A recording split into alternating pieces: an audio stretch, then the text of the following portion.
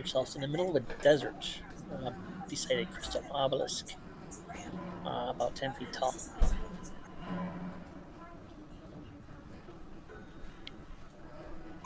As you do so, um, you notice that there are Thank you. runes on the sides of the obelisk that transform themselves to be read in languages that you all can read, if you can read, to touch me to the crystal minaret, and I will bear you home.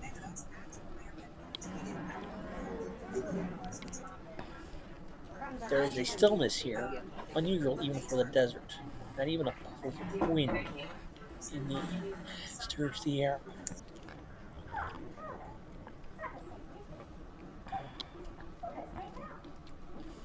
Does the obelisk stand on its own without anything nearby?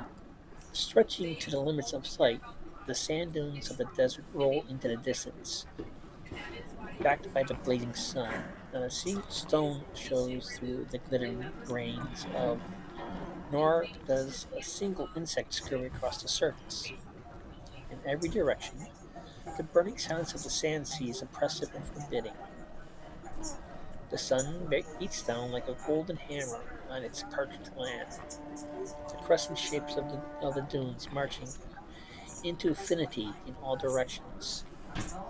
Such landmarks as might be visible are hidden behind the shimmering desert air.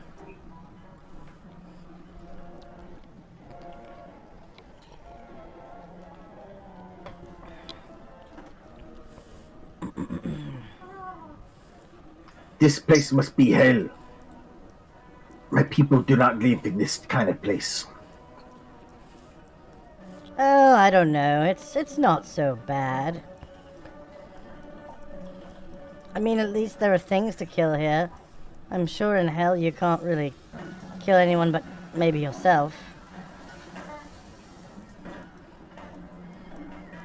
My people live in the jungle. Oh, interesting. Wait, am I even there, Mark? Yeah. I don't see my token. Oh, that's because I don't have you guys on that particular map hanging on. Oh, shit. I don't have the ribbon on that particular map. Oh, okay. Yeah, we're still on the white hex grid.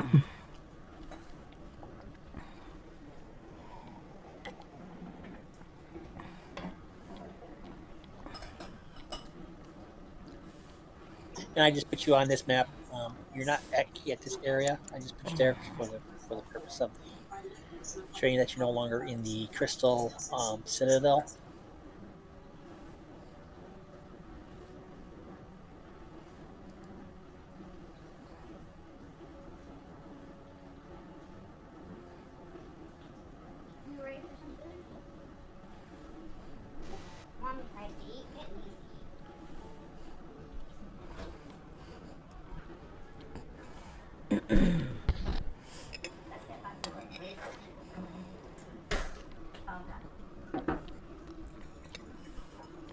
So written on the sides of this obelisk are instructions to take us home.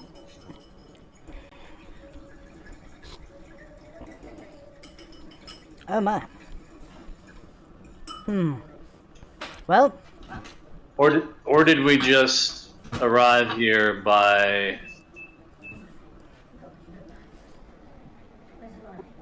Remind me, did we just teleport to this location somehow? Yes, you did. You guys had went to the crystal ball that had the image of a woman kneeling in some type of opulent chamber. Uh, and you went to the platform that you all knew where the teleport platform, and you found yourselves here in the desert next to this obelisk.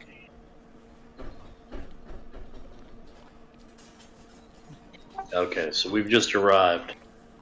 Yes. so this giant map here is the obelisk. No, it's Interesting. not. No, it's a location within the desert where the obelisk is at. Yeah. I just placed it here because I don't have the actual that actual desert map. Oh, gotcha. Okay. Well, I don't have the map for Roll20. I've got the map.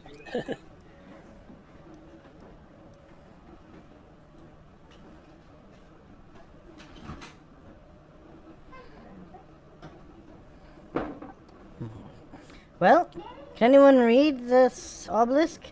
I know I can't read at all because I'm illiterate. I'm an illiterate. I am I can read. literally an illiterate.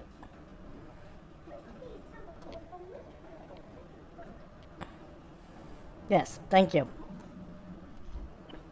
So on the sides of this obelisk are instructions on how to go home, right, Mark? You're right. Whether that Basically, it said to touch the obelisk to touch the crystal minaret to the obelisk, and you'll be transported back.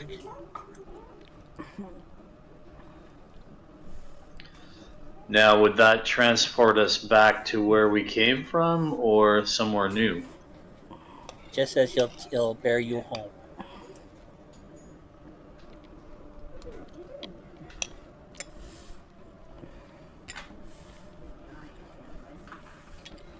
Who is carrying the crystal?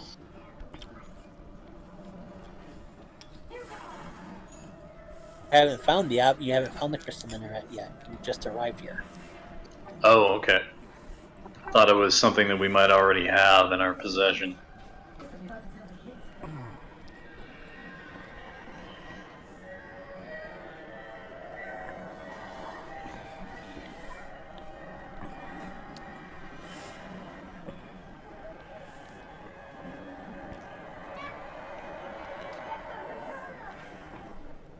And we've been here before, right? No, you have not. Oh, we have not. Okay.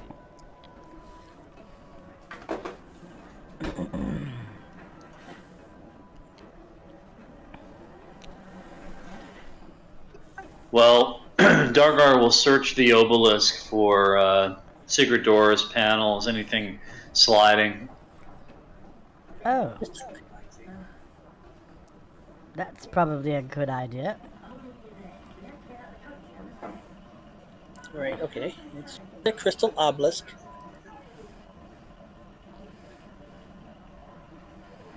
Translucent.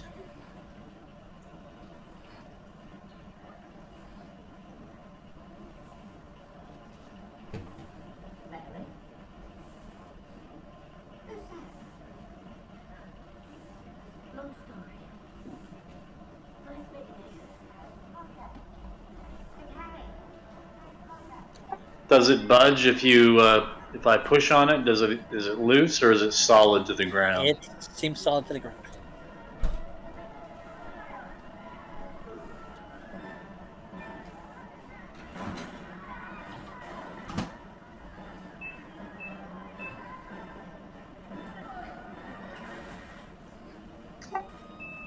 It seems solid. Dargar will tap on it with his fist.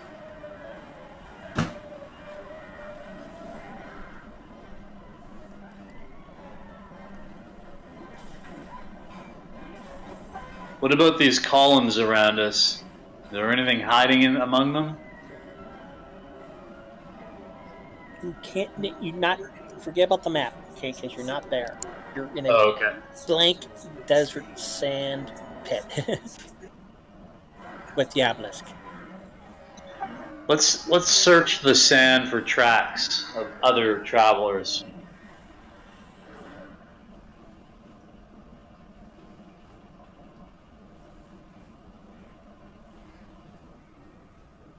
Or maybe, Jared, you're better at tracking.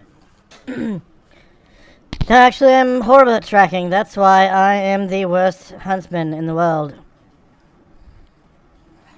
I am literally the world's worst huntsman. Jaskar will look around for tracks.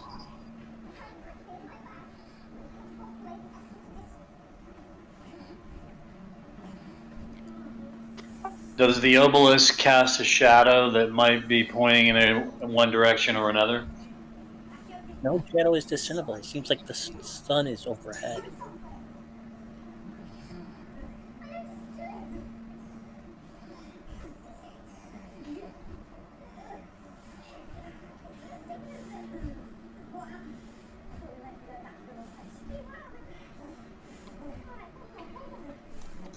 Jiskar, do you see any tracks? I don't know. He's going to start walking, spiraling out from the obelisk, just walking out further and everything, see if he spots any tracks near the area.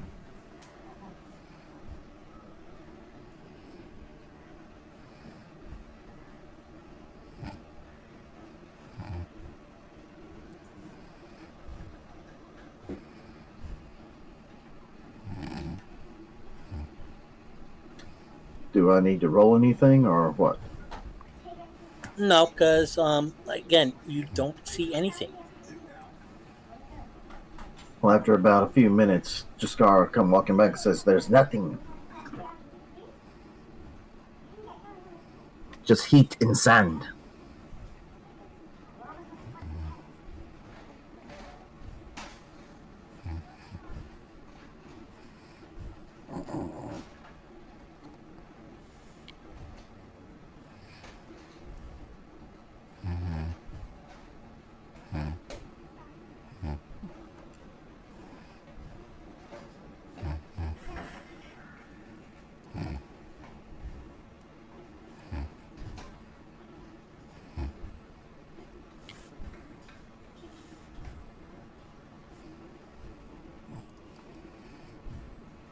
Jaskar will lay his hand on the obelisk. Is it hot, cold, or what?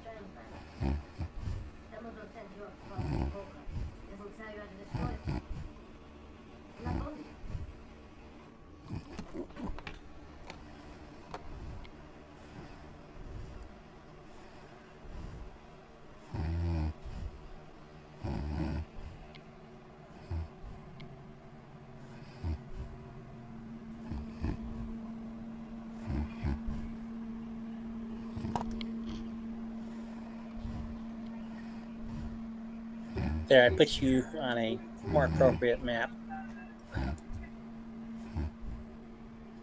The only thing not around is the crystal obelisk.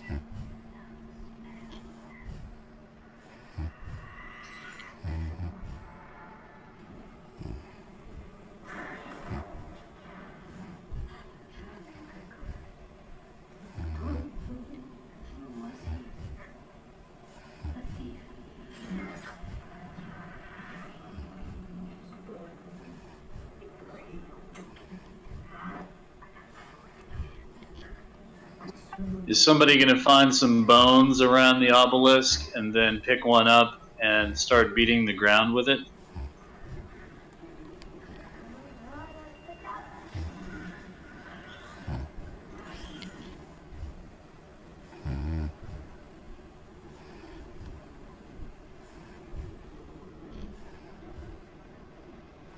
Like the scene from Space Odyssey 2001?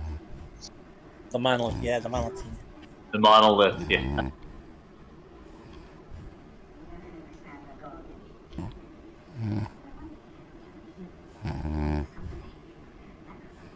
Well, if there's nothing strange about this obelisk, maybe we should have the world's worst huntsman choose a direction for us to start traveling in.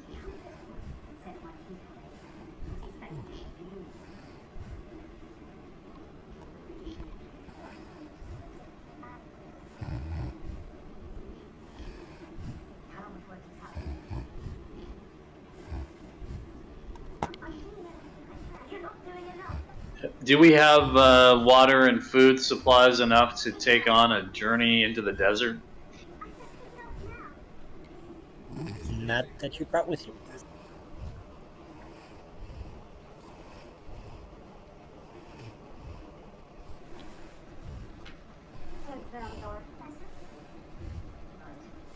That was a no. That is a no.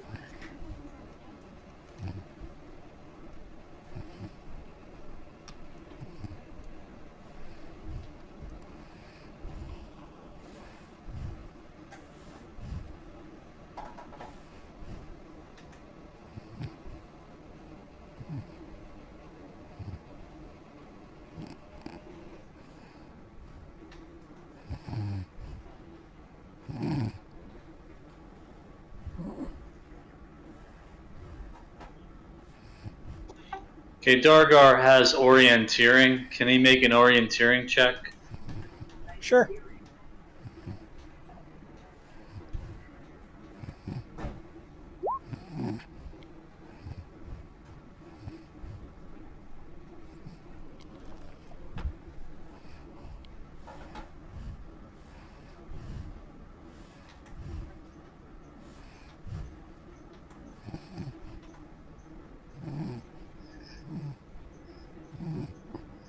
That looks like a pretty good roll, I think.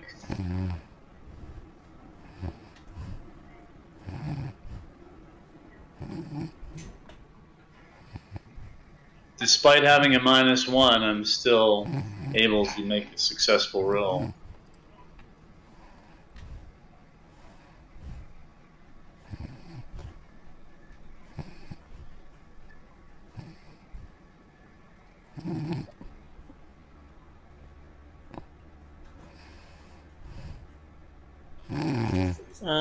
Yeah, you are able to discern the compass directions.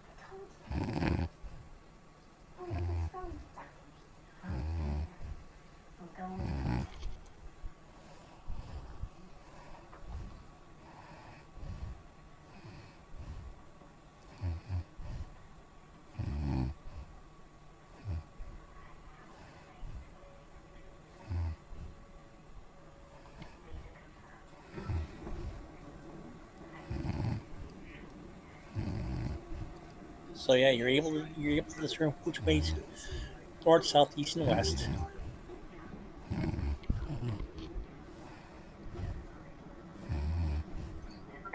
Okay, well, let's travel west.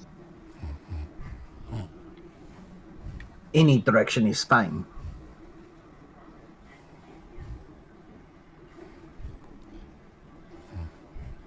I'm not sure why, but my player's handbook is missing the description for orienteering.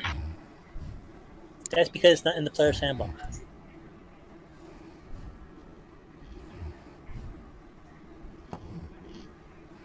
Which book is it in?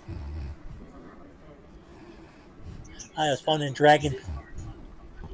Excuse me, Dragon Magazine 169.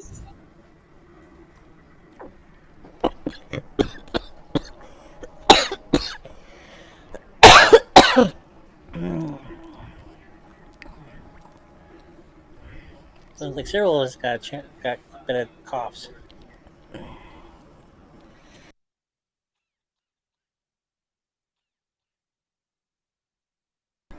Yeah, Dragon Magazine 169, page 22. I inhaled my food rather than. Uh,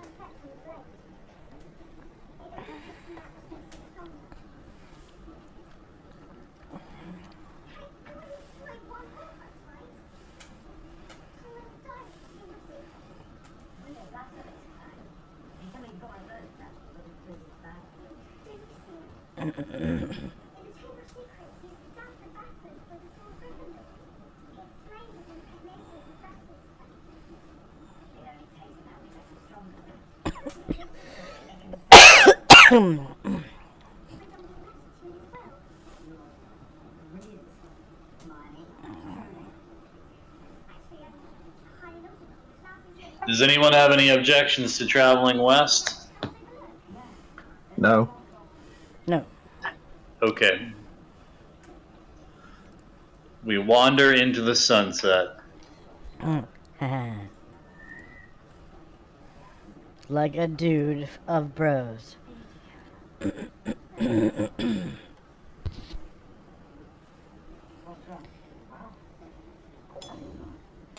I guess I'll take the front. I'll lead the way. Somebody wants to. I guess we can have side by side marching order or single file. That way, if a sandworm comes and swallows us all, maybe somebody will drop off the edge of their gaping maw.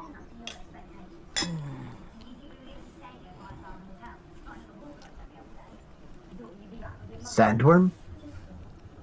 What sandworm?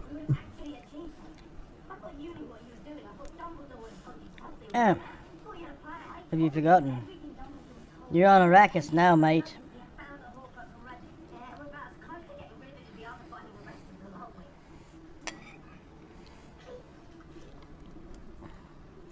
We used to see the tunnels made by the worms under the mountains, big enough to swallow 100 men in one bite.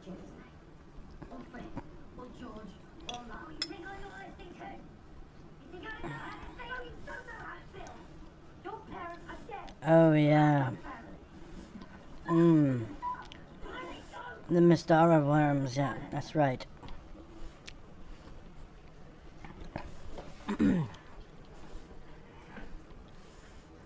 um. Behemoth? Behemoth? Right? Is that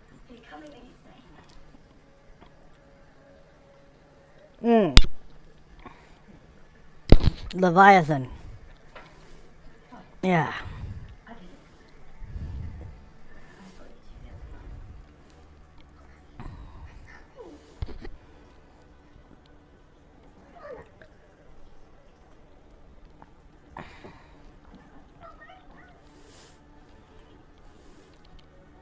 Right? Is that what they're called? Leviathan? That's one of them. That's one of them. Yeah.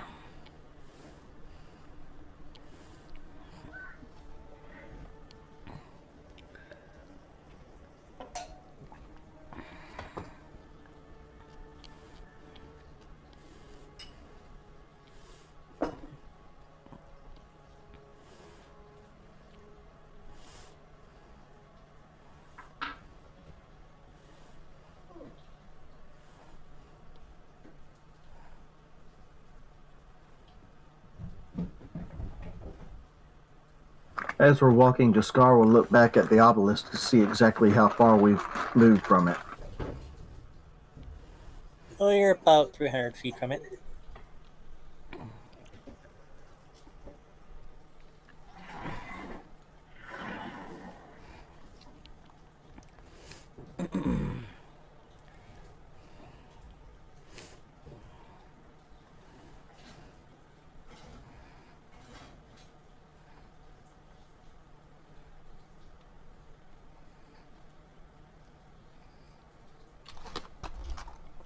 Do we see anything on the horizon as we travel? Just dunes marching off into the distance.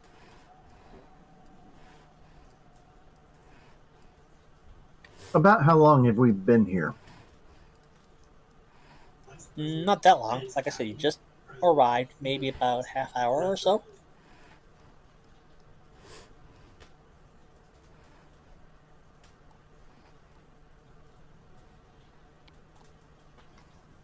Does the sun appear to have moved any, or is it still where it is? Not that you can tell.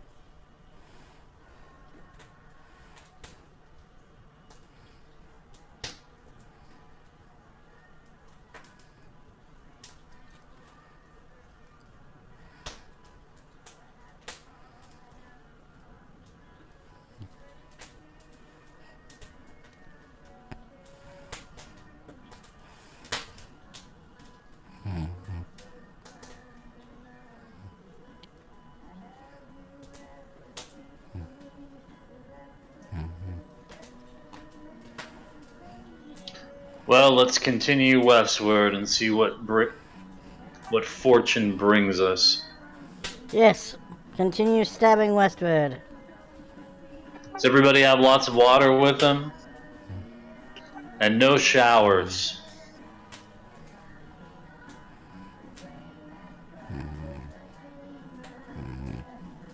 Wait, do we have any spellcasters that can produce water?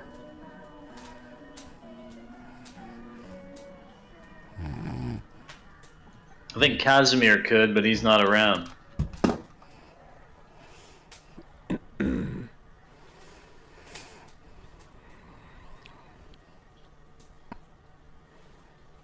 Oh no, wait, he's here with us, right? Casimir is here.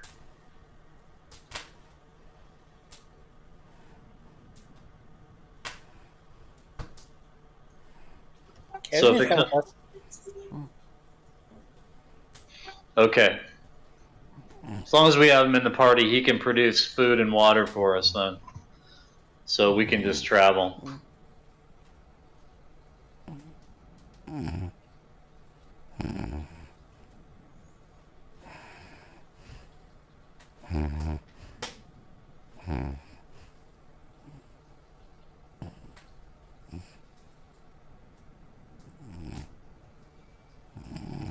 We'll continue traveling until we can make out something on the horizon, and if nightfall comes, we'll begin to make camp.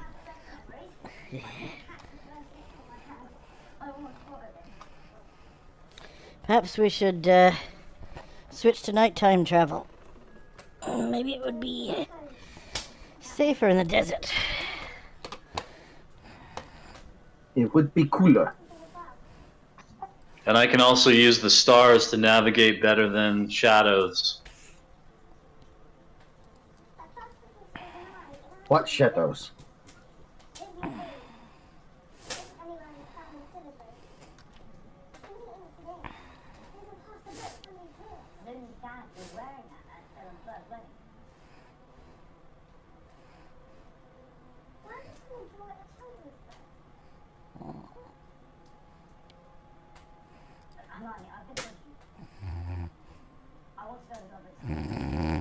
I'm checking something out here.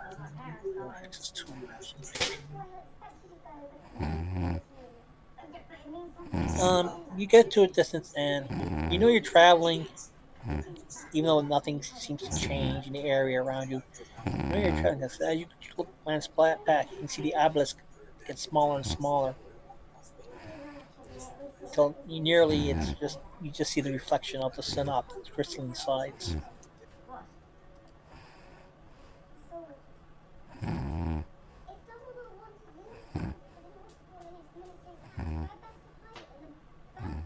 And does the sun still seem to be in about the same place? Yep. Yes, it does.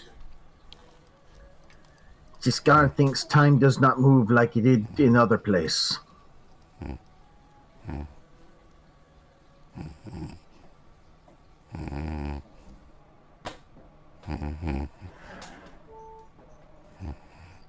Time is frozen here as well.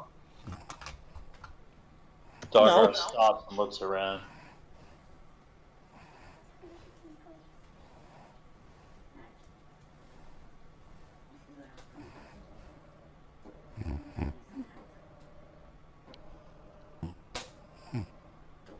We've walked for a long time.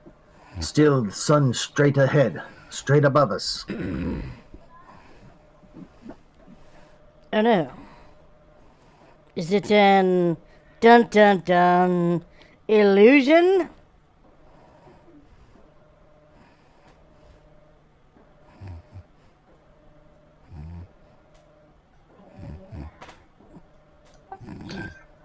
Jer, could you please disbelieve everything around you and see what happens? I suppose I shall choose to disbelieve everything around me. Now, what happens? Give me a saving throw versus spell with the +2 modifier.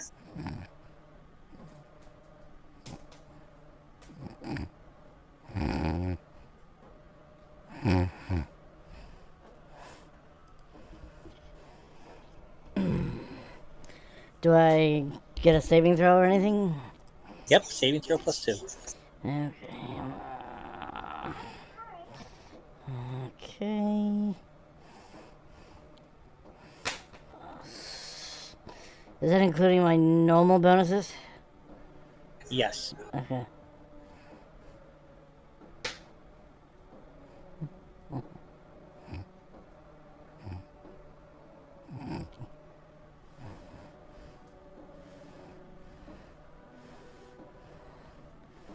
Well, that says that I succeeded. And all of a sudden, day turns to night, and there's a welkin of stars overhead. You can still see the obelisk in the distance, faintly. It gives off a soft luminescence.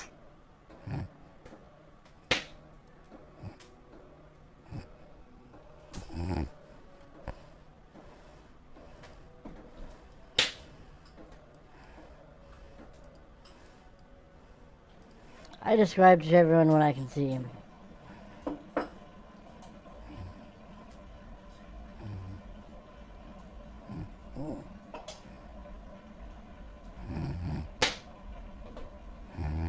Well, that is odd. Did it change? Did it change night for all of us? Once you disbelieve it, yes.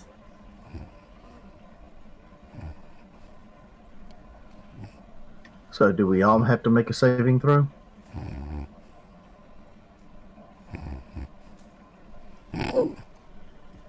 No. Once it's been pointed out to you, you guys can see from your conclusion. Okay.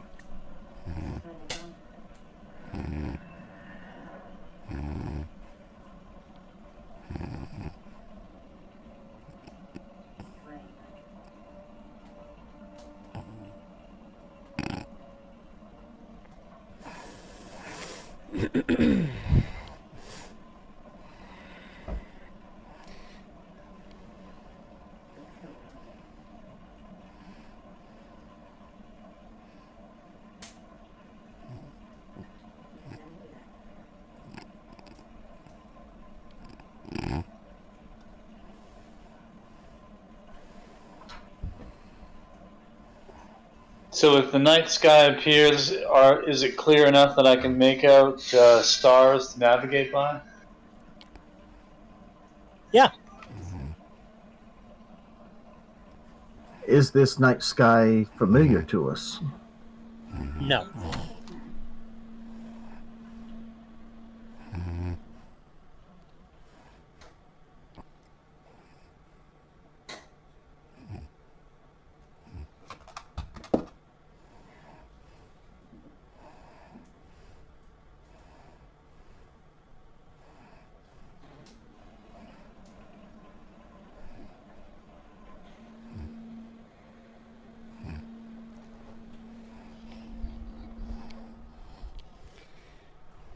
Diddly-doo.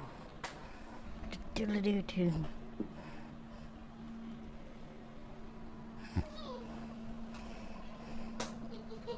There, the starlight in the clear sky seems to change into a beautiful oval face with large, soulful eyes.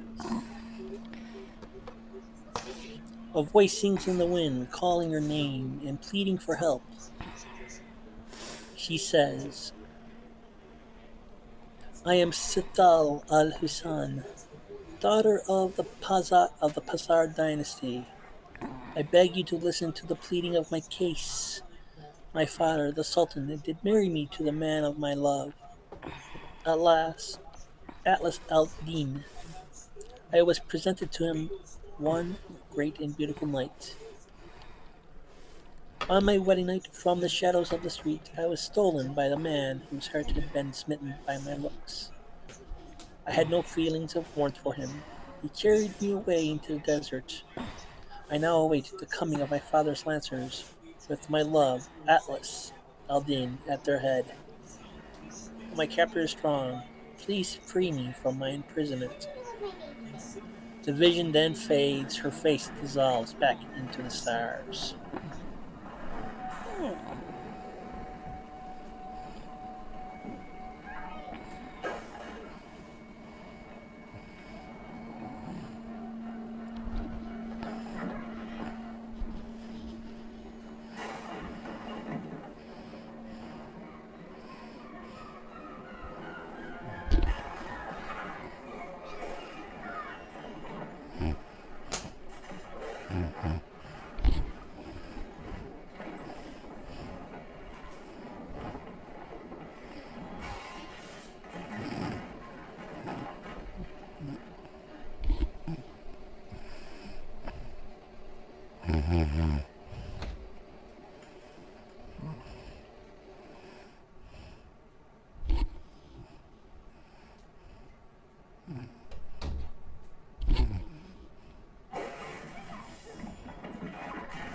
Does anyone know who this woman is?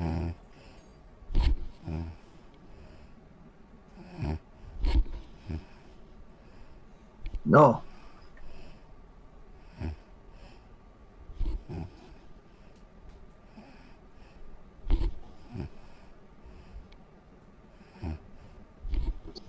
And our surroundings have not changed. There's nothing on the horizon, nothing on the that we can see. Just the night sky.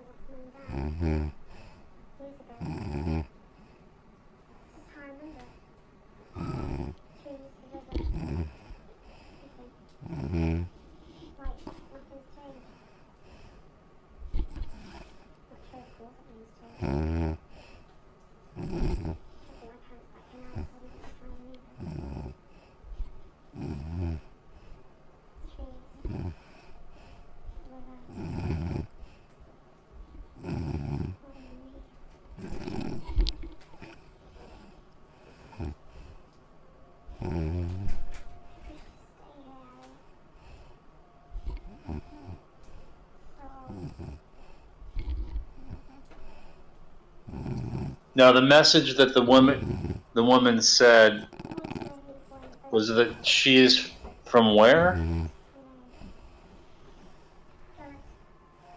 She is a daughter of Pazar, of the Pazar dynasty. And that's the first we've ever heard of that before. Oh, good. Hello, beautiful. I was just stomping around trying to clean my house. By the way, for you new guys, that's a cat snoring, not. Sorry, run that by me again, Mark. Said for the new guys, that's a cat snoring. Yeah, that's my cat. He's got a breathing Oh, problem. okay.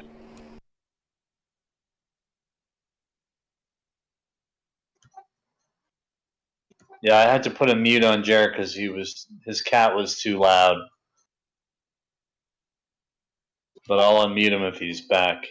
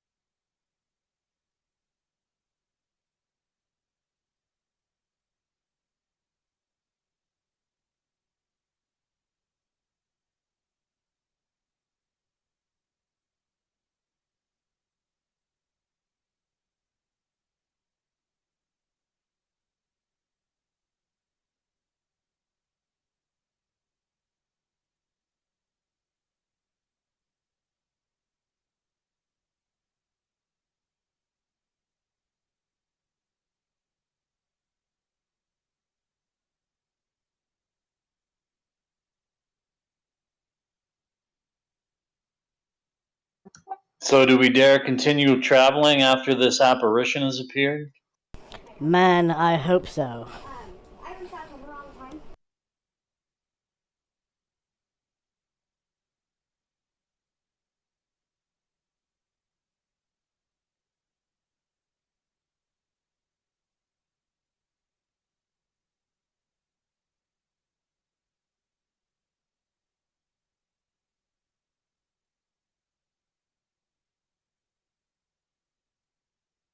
I guess we'll stop and wait and see what happens. Or does it she just vanish and nothing else happens? Nothing else happens.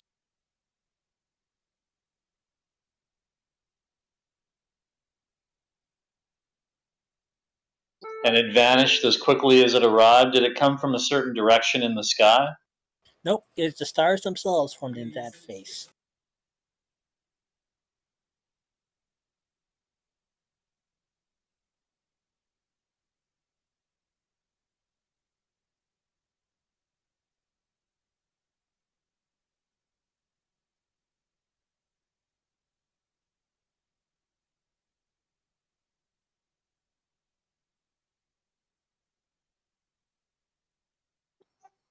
I guess we'll continue traveling through the westward through the night using the stars to navigate if we can. Do we agree we travel through the night? Yeah. Some of us can Yes, I see think so. better in the night than others.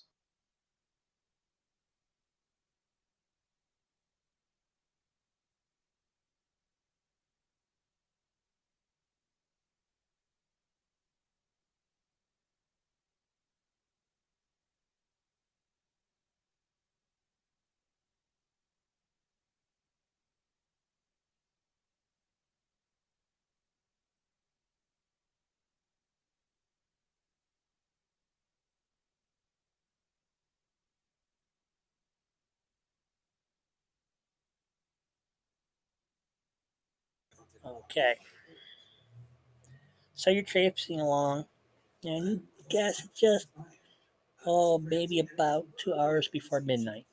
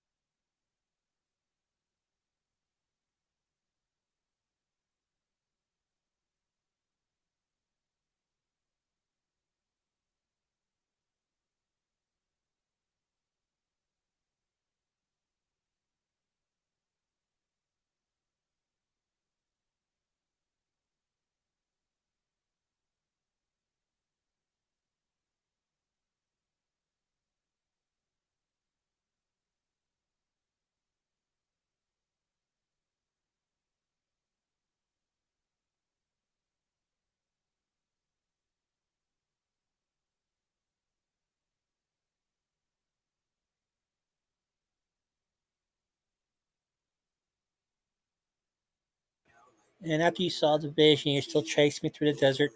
You suddenly comes across the desert sands stand still over the broken remains of a once great city in the desert. Most of the buildings are buried or have been crumbled away.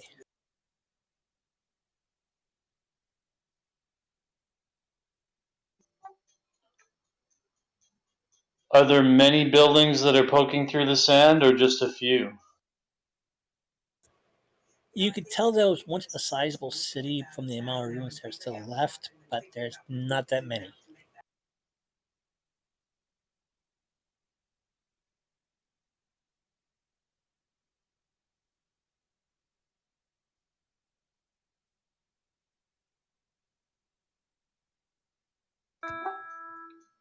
Look, a buried city.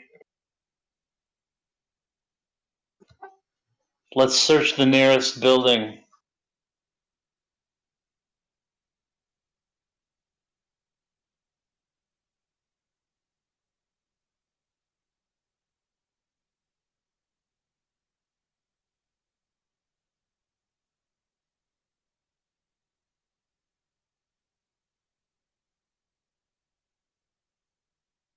You get there, and you notice that it is covered in sand almost three-fourths of the way up the wall. They do, and it seemed to be an immense outer portion, outer building. Um, a good maybe 20 feet still protrude from the sand itself.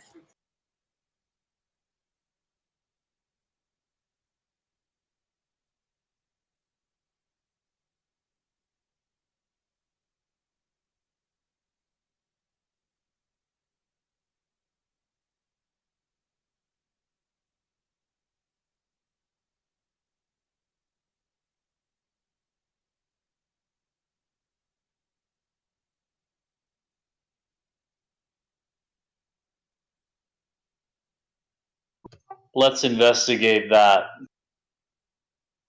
Who's with me? That's Amen. anything. Amen.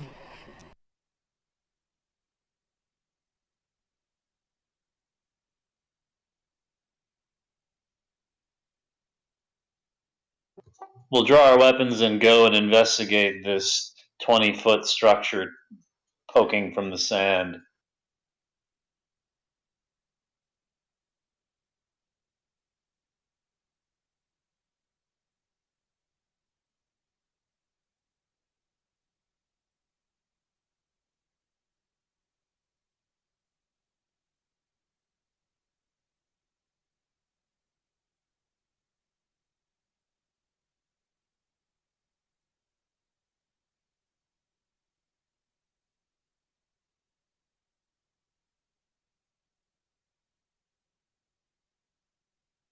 Yeah, you walk around and notice that it's just that wall is standing. And going to the back side, um, you notice that the wall is a good 50 feet or more um, tall.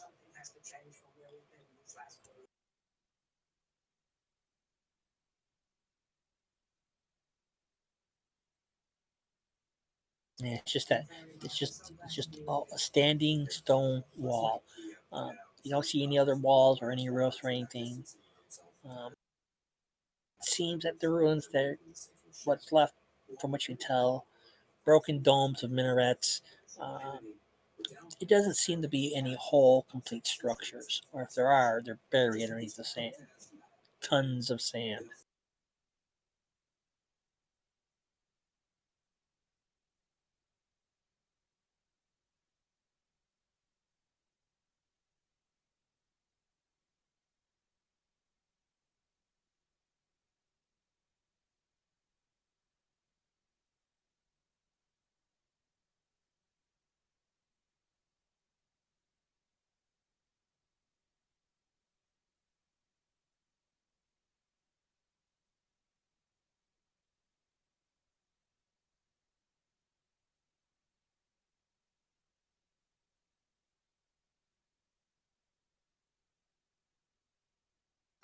Let's fan out and search.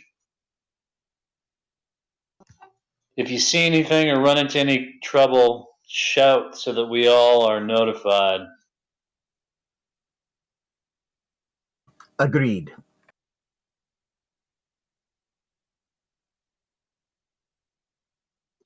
Dargar will search to the west, looking for any openings or structures that have a doorway that we can move into. Again, you really can't see any complete whole structures. Time has seemed to weather them away to maybe one or two walls. They're just shells of what they used to be. And you spend a good 2 hours trying to look this, and all of a sudden, the roll of distant thunder echoes about the air. Are the stars still shining? Stars are still shining. So no clouds. All of a sudden, about 500 feet above the ground, you start to see what appears to be a troop of cavalrymen, des- of desert warriors, um,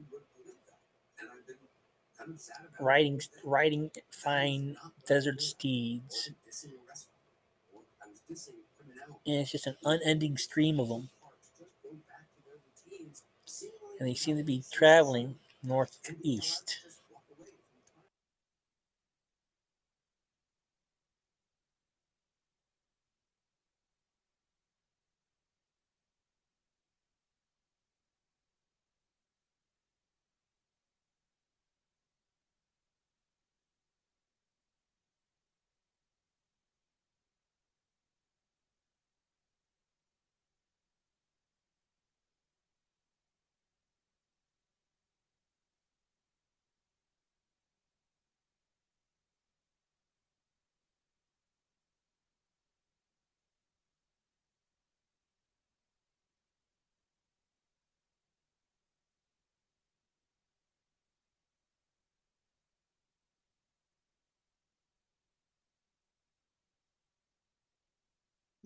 Are they all on horseback and are they carrying? Do we They're all, recognize them?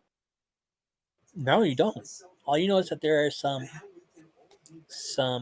desert warriors, right, riding stallions, desert horses, some 500 feet in the air. It seems to be an unending stream of them.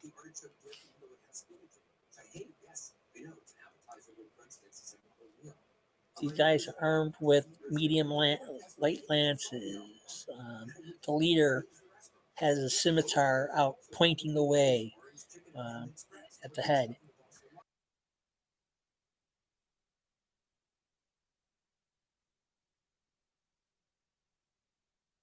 And what is that for, Jared? That saving throw. Sorry, that was from the display.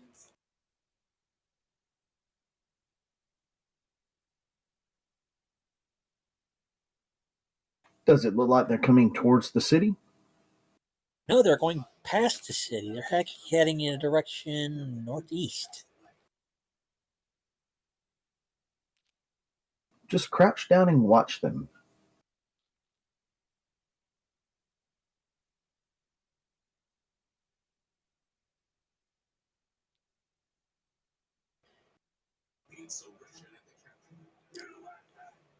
An hour goes by, and you have to shift position to stave off cramps, and the horsemen still continue to gallop off to the northeast.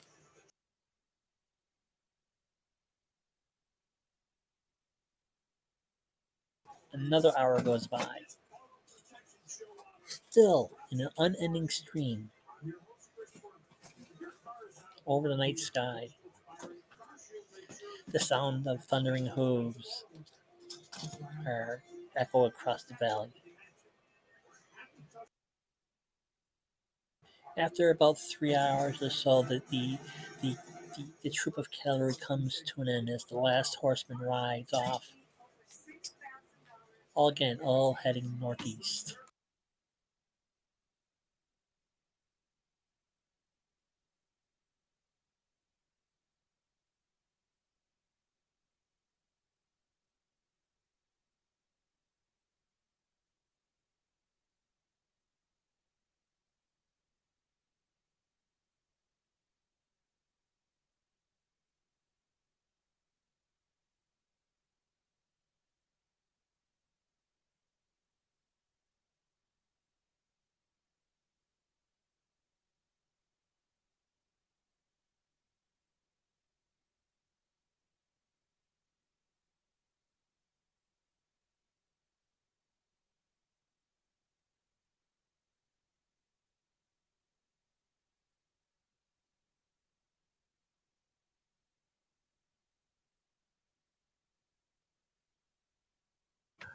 We don't hear any movement in the city whatsoever.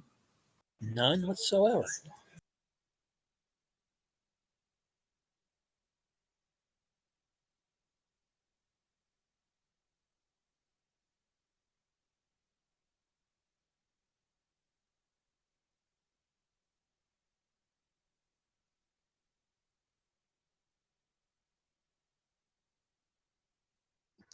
What do you think? Should we follow these guys?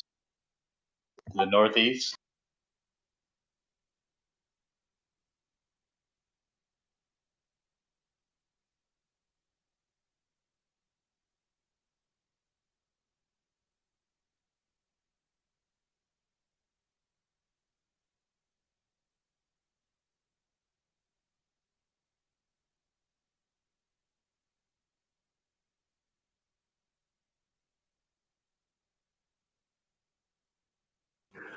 Huh? We haven't really come across anything in this abandoned city, have we? The city is truly dead.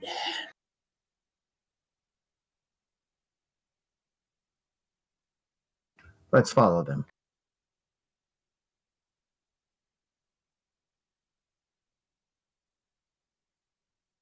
It's now about 3 a.m. in the morning.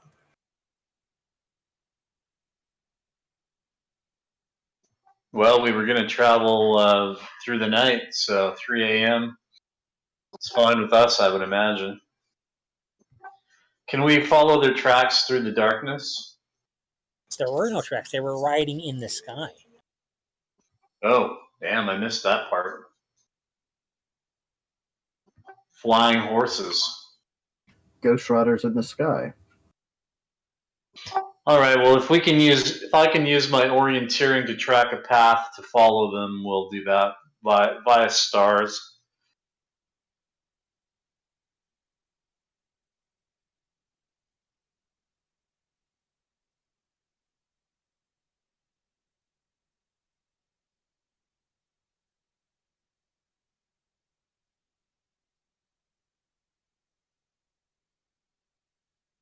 Okay, give me a roll. Okay.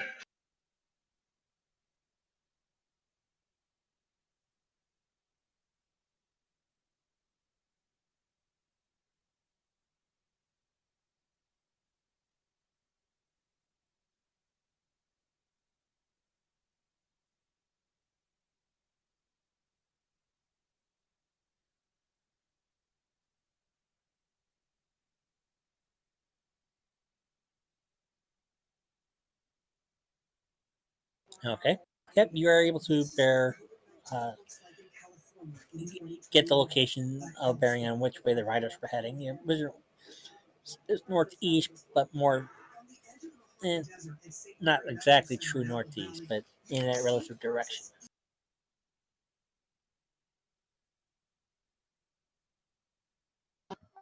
All right, let's follow the Sky Riders.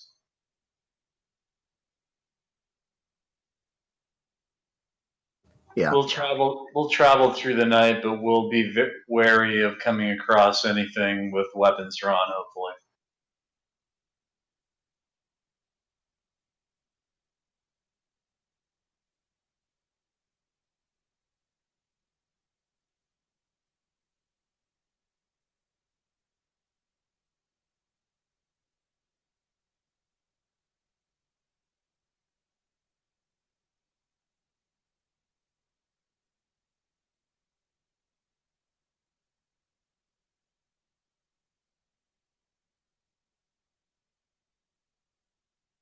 And so you backtrack the way you came.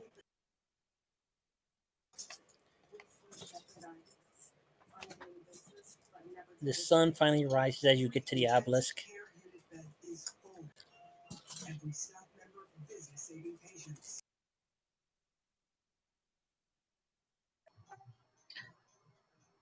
So it led us right back to the obelisk.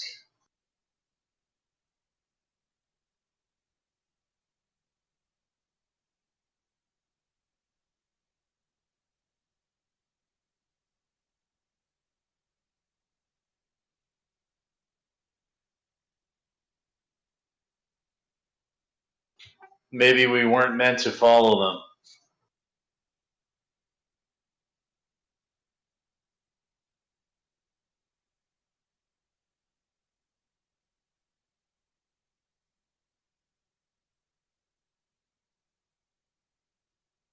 Or maybe we weren't meant to leave and they came here and did something. Maybe they went into the obelisk.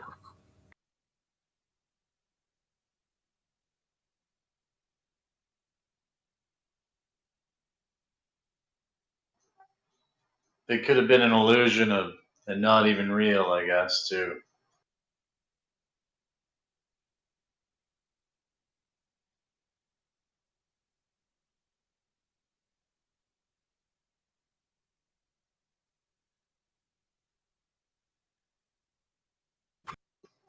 Well, Dargar will spend some time observing the obelisk to make sure nothing's changed on it. Nothing's changed.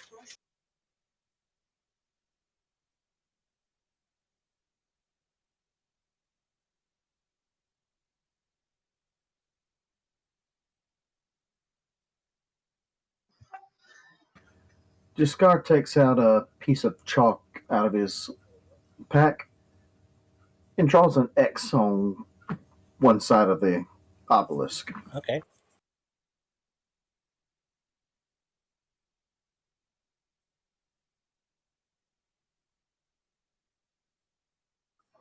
Should we now travel in a different direction?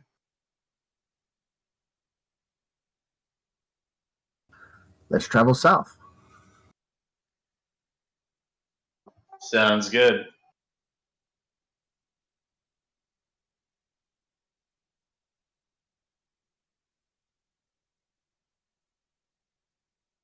We'll head south in marching order. Okay.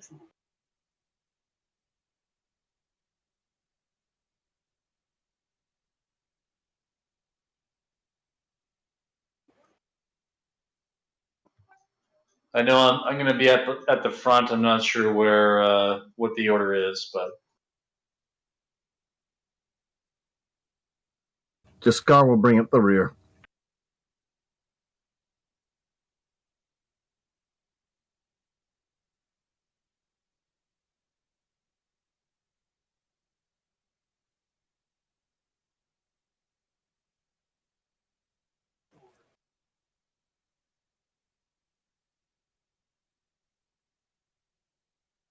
Okay. Yeah, you travel for a while. Desert is oppressive. It's a slow go.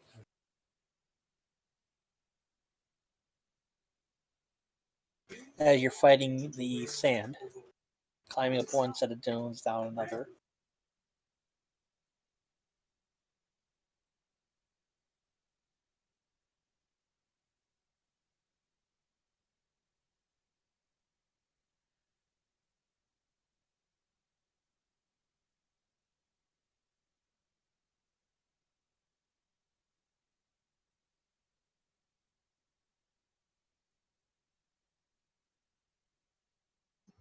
yeah, I'm sure walking through deep sand and armor is pretty tiring.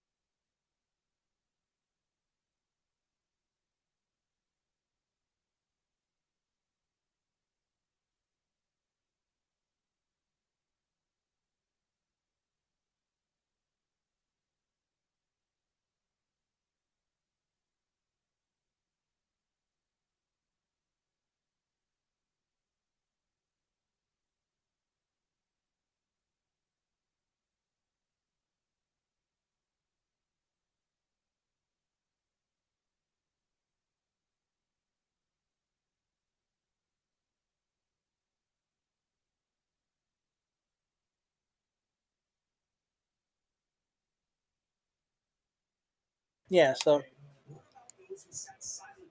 you're traveling along, and whoever, whoever's in the lead, you find yourself, after about 14 miles or so, you find yourself back at the obelisk. Those following, you just see that person just disappear after taking a step for after traveling again about 14, 15 miles.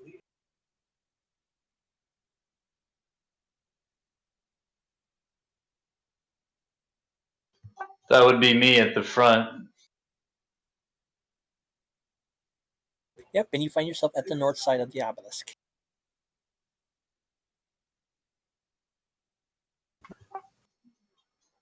All right, I'll hold my position and scratch my head. Confused. Jiskar will walk around the obelisk and see if the X is still on there. Yep, it's still on the wall. It's still on the side that you put it on.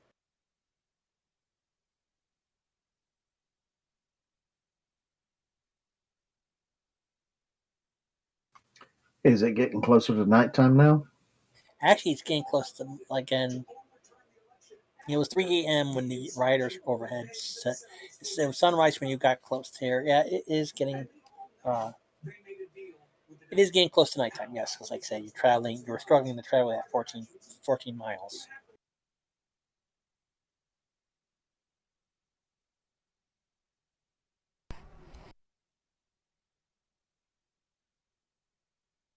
Well, then I think we should rest a while. Or, hmm, And then instead of, do we try east or do we go back to the city direction? let's go east. Okay. Okay, so So, you guys rest, and about midnight, again, you hear that sound of rolling thunder starting to build up right around midnight. And again, that same spectacle as the night before.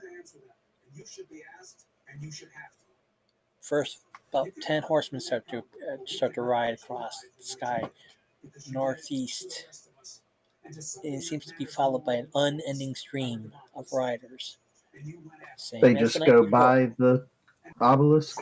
They ride right over the obelisk and disappear over the horizon as far as you can see. And again, this lasts for about 3 hours.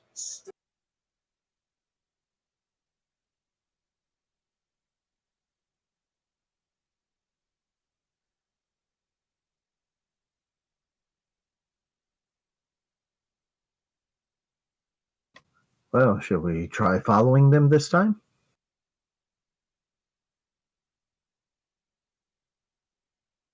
and they're heading in a different direction than they were the first time we saw Nope, them? same direction.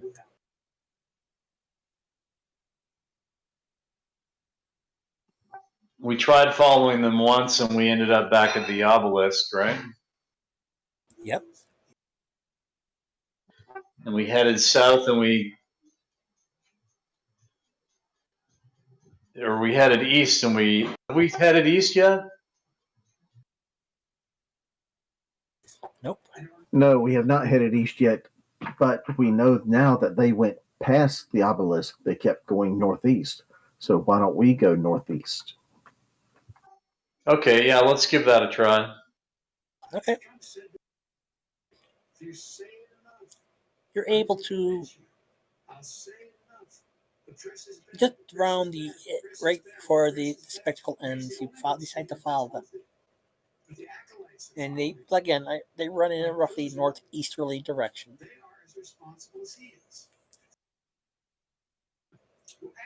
And after about 14 miles, the sun starts to rise.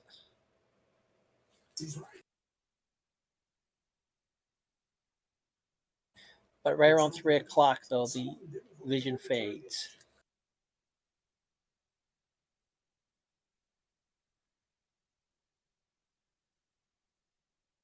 Okay, after the distance, are we back at the obelisk again? Oh, you can just barely see the obelisk glowing southwest of your location. Okay. Well, let's keep going northeast. Yeah, let's continue. Okay. So it's about noon by time this happens.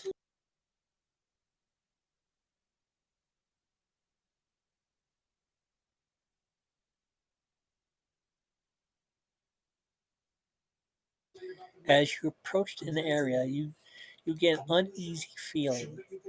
From the top of the of a dune, you see slight movement ahead, like something blowing in the wind. But the air is still. Looking carefully, you see the movement again. The robes of a line of almost invisible creatures rustle in the wind. You don't feel. A line of guards stretches over the sands as far as you can see. There must be thousands of them. Do they look like they might be the riders? No.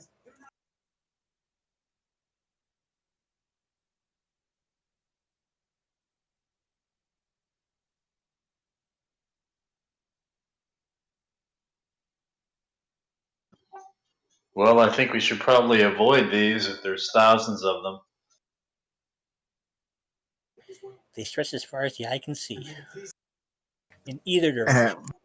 have any of them kind of, can we tell if they've acknowledged our presence? Nope.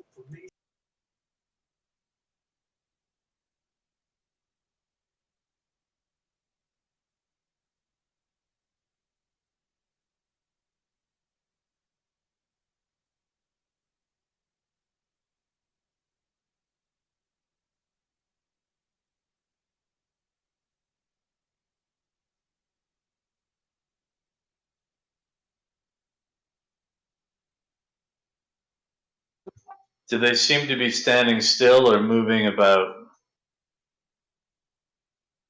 They seem to be standing, but again, in a wind that you cannot see or feel. You see the movement of the robes,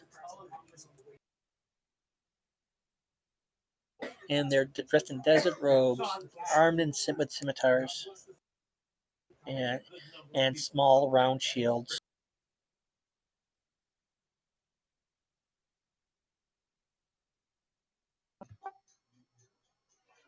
Let's maybe approach and investigate, and maybe they're just scarecrows covered in magical rags or something. Well, let's keep moving towards them, not aggressively, but just like general walking.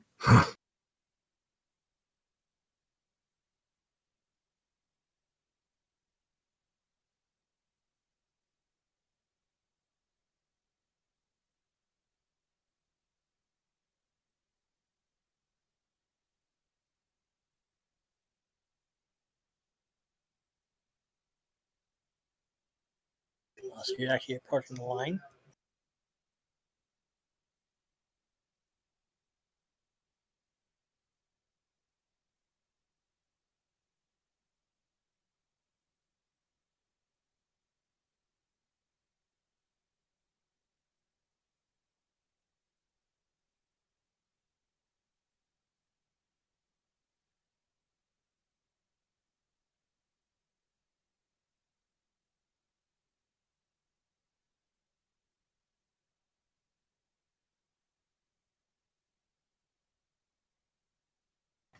Do they seem to sense our approach, or are they just standing there?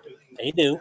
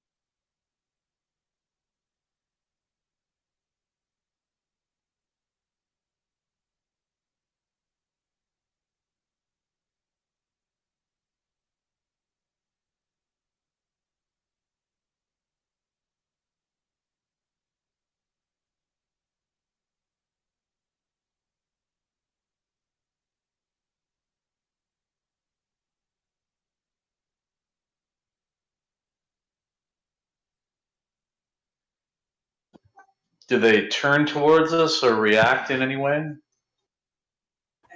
Yeah, they draw their scimitars. But otherwise, they don't do anything else? Nope.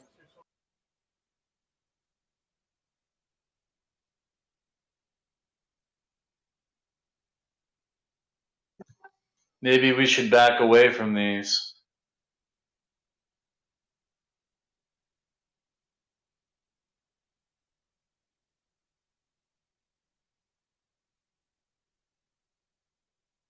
Do these appear to be like ghosts or undead? You can see through them.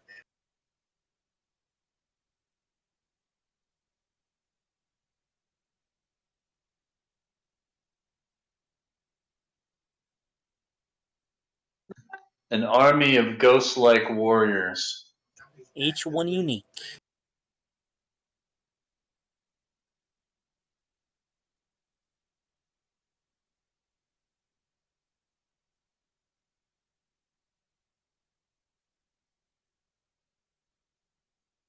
Can we see anything beyond them?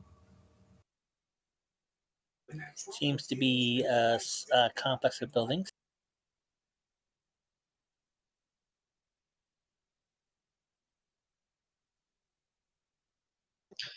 Now, we could have Casimir attempt to turn these things if he thinks that they might be undead.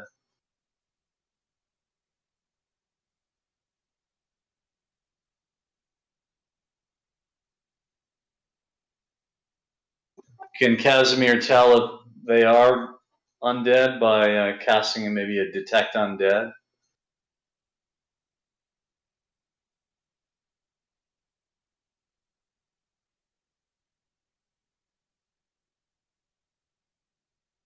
Oh, I can guarantee these are undead.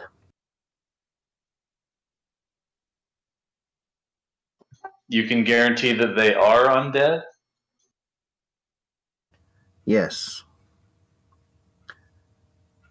I hunt undead. Not these particular undead, but I am familiar with undead. Well, then we should probably avoid confronting these things then, because there's too many for us to handle. That is a spell that Casimir does not have access to.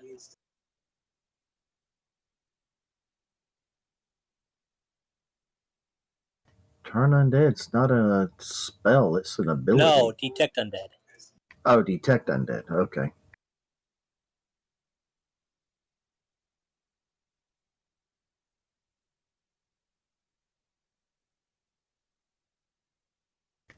Still, he could present his holy symbol to see if it affects them.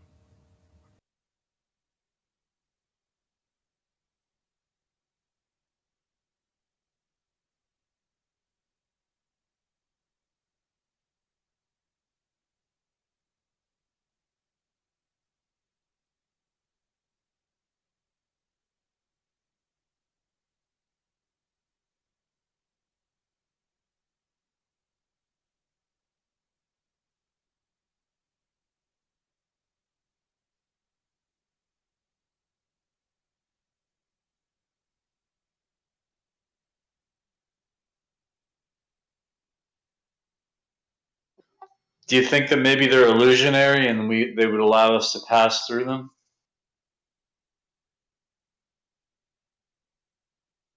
That I do not know.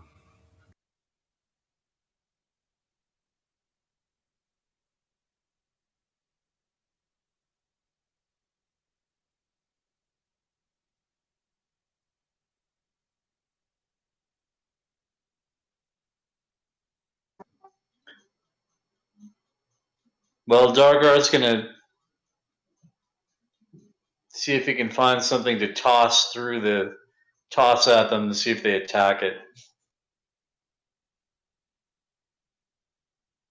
But I don't suppose there's anything laying around in the desert. Nope. Sand.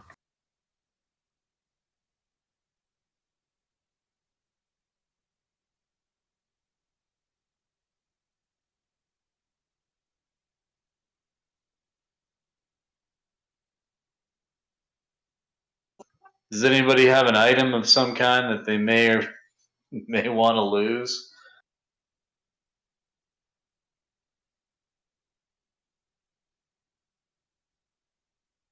How about a torch?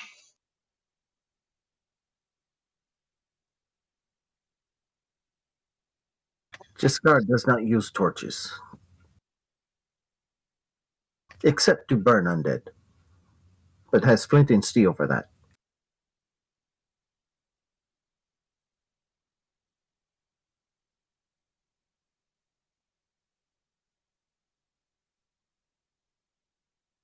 He does pull out a wooden stake.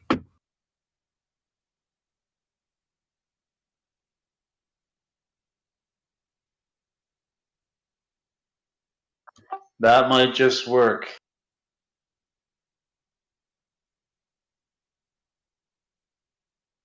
Do you want to try throwing it into the ghost-like figures and see how they approach it?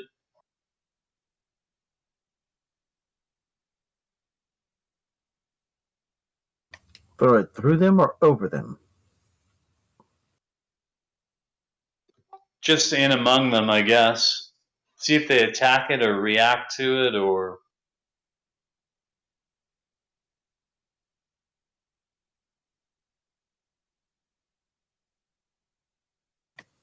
Giscard will throw it so it should just barely get behind the second line. And as it approaches the line, one of them slashes out with their scimitar, leaving it in two.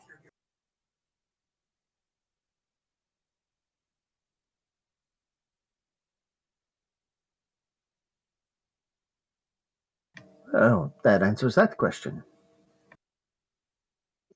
They can interact with the physical. that makes them a little bit more deadly than we thought. Yes. Let's go back to the south.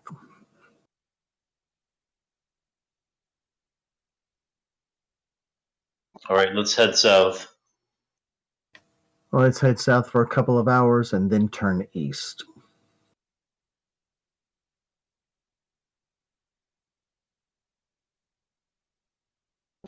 And the this army doesn't follow us or anything. They remain standing where they are. Like I said, from your vantage point, looking at them, looking from horizon to horizon, you can see that they stretch that far in either direction.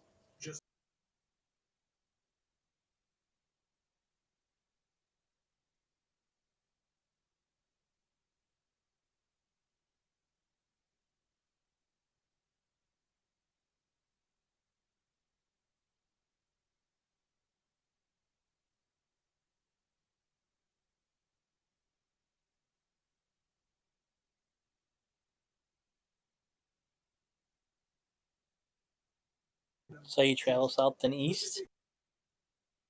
You gotta go south for a couple of hours, then we'll turn east. Okay, so it was about noonish when when you encountered the army.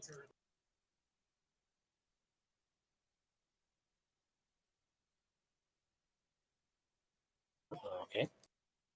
So around about 4 o'clock, you decide to turn east after going south.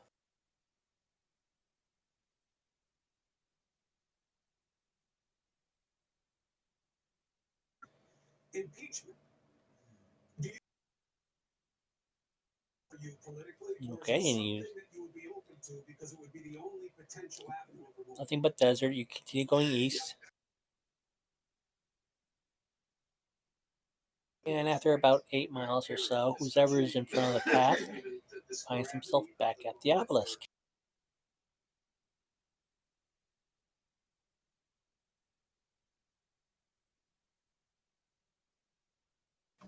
Well, it looks like west is be the way to go back to that abandoned city. Yes, it does. About what time of the day is it, or is it getting close to dark? It was about 4 o'clock when you turned east after leaving the army. You can say maybe about 8ish when you find yourself back at the obelisk. About how long did it take us to get to the ab- abandoned city. Only took you a couple hours. Then let's go ahead and go west that time length, get back to the city, and then we will rest once we get into the city. What do you think about that? Sounds like a good plan.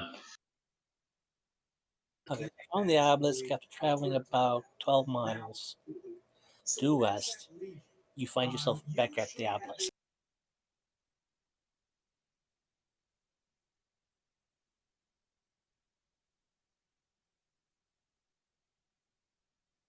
And looking So, behind you around the obelisk, you do see your footprints leading off in the various directions you went to, and only one set of your footprints leading to the obelisk, and that's coming from the southwest area from your first night.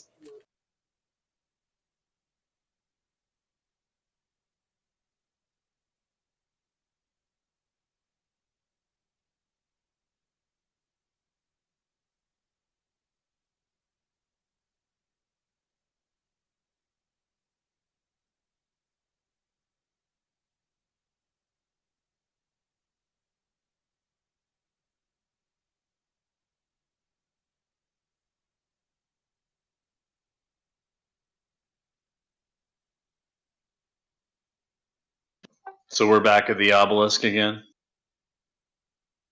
Yeah, and again, as you look around the obelisk, you only see one set of footprints leading to the obelisk, and several sets of footprints leading away from it.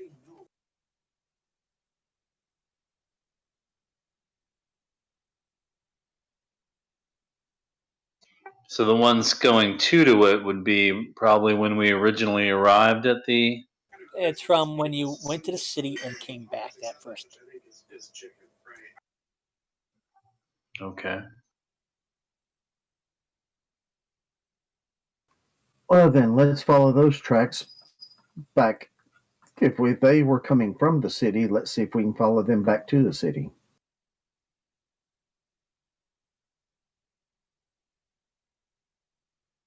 Okay. And as you trudging along, following those footprints and the footprints that lead to the city originally, around midnight or so, again you hear that sound of the rolling thunder. That same column of horsemen appear in the sky, heading in that northeasterly direction, lasting until about 3 o'clock in the morning.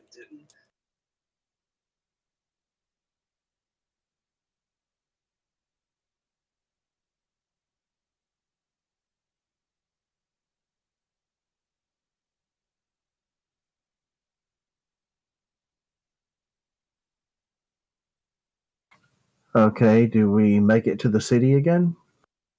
Yeah, but like I said, as you're getting to the city around midnight of that night, you hear the rolling thunder and the vision of horsemen heading towards the northeast appear, and lasting all night until about 3 o'clock in the morning.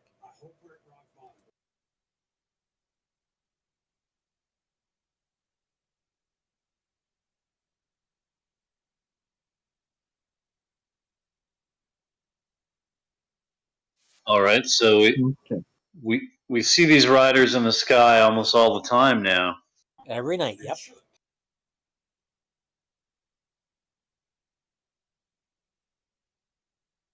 Well, let's search this city. And then if we don't find anything here, let's go in the direction from where the riders come from.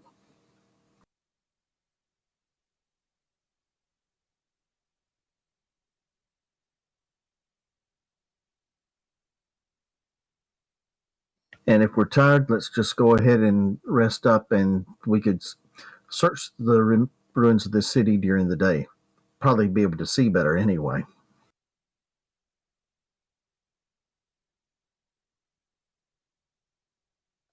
Sounds good to me.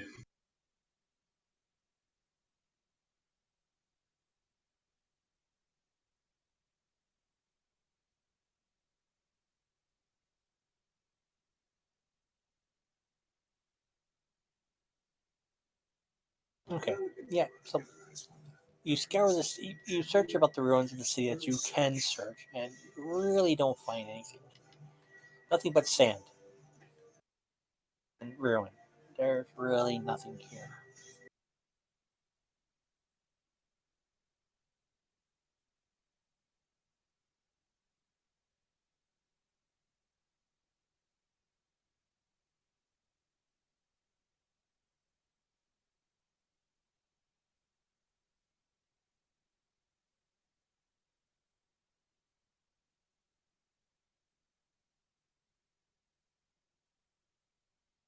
And the direction that the riders are coming from is the east or the southeast? You have no idea because around midnight, that's when you just hear the sound of thunder and the first rider appears. Oh, okay. So we can't really go in the direction of where they're coming from, then.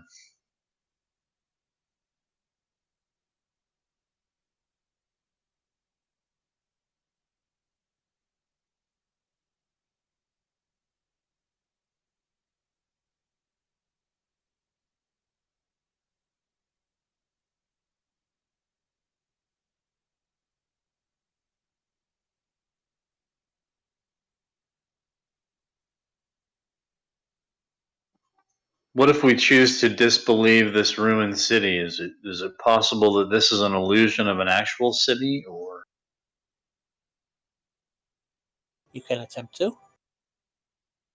all right? I'll try that. +2 bonus to the saving throw versus spells, plus any wisdom bonuses.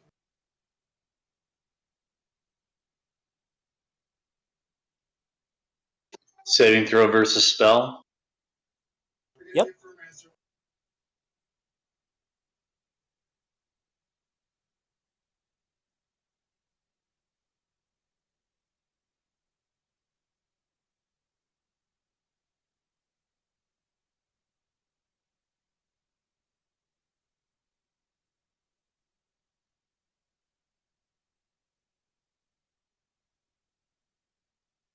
Okay. It's still there. Okay.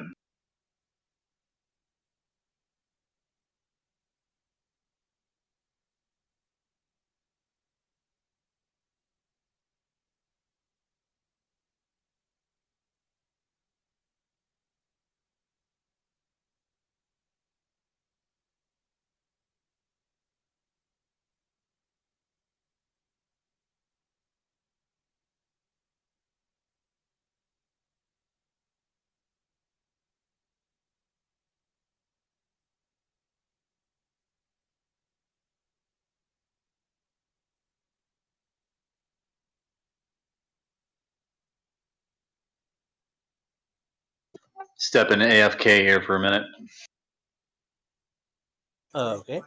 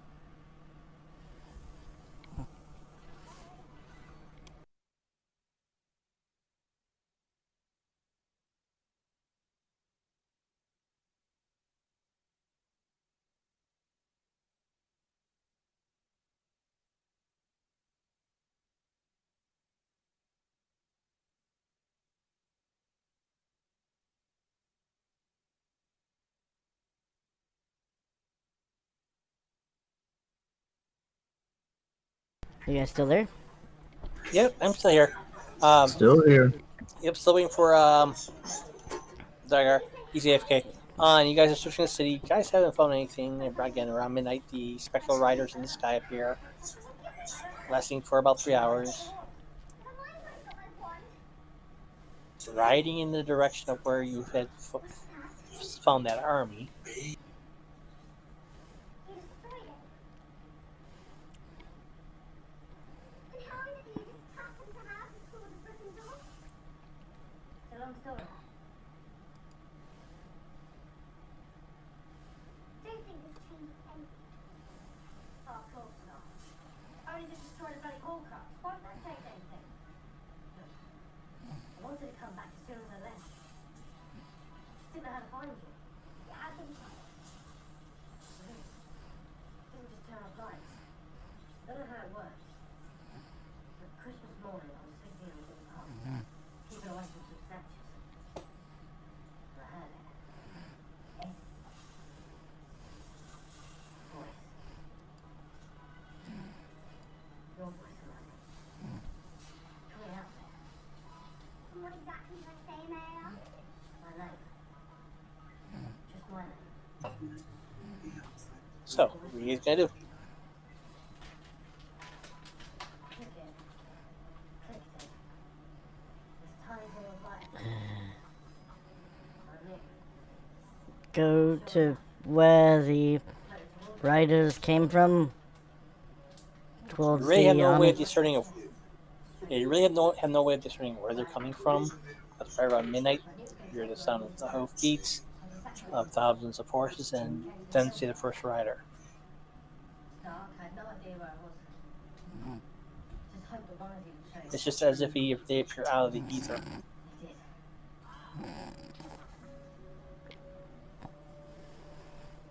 I've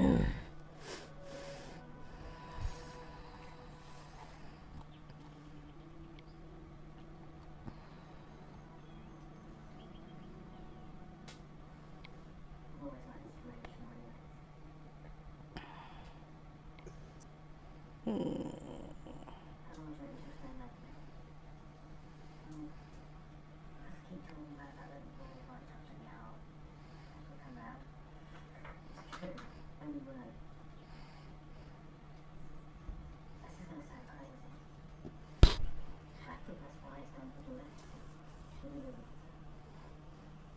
I think he knew that somehow I needed to follow like that. And she believed it. But yeah, I just realised. You're the one, too. Yeah. It's got a name. It's black thorn. 10 inches. Nothing special. Like it'll do. It's got a section underneath it. Depends on the mind it is. It is statues.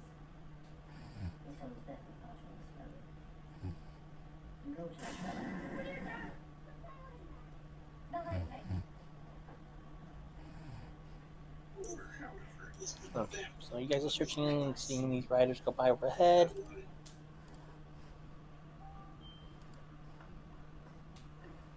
I want to go and see some Phineas and Opera. Sorry? See this? It's a letter done with a Dutch Grimble. Look at the signature. It's the marking. It keeps cropping up. And even with bars. The graveyard in Godric's Hollow. It was there too. Where?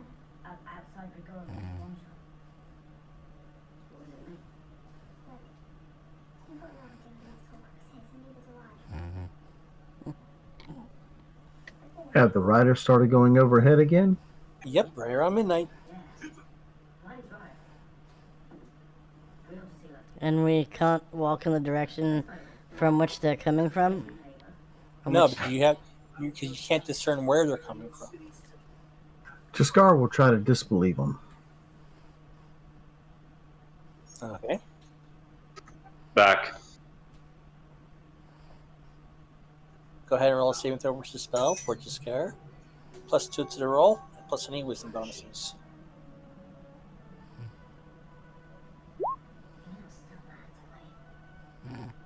I'm always laughing.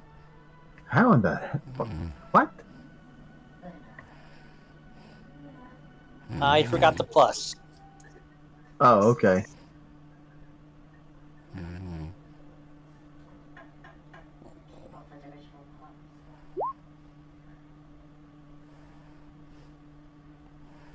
Nope. There. What is it? Who are you? What do you want? Alan, we're still up there. I'm Harry Potter. Steve 202. Can we come in?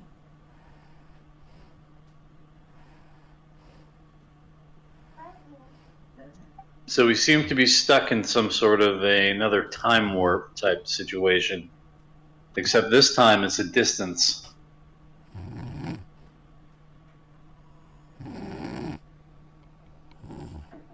So,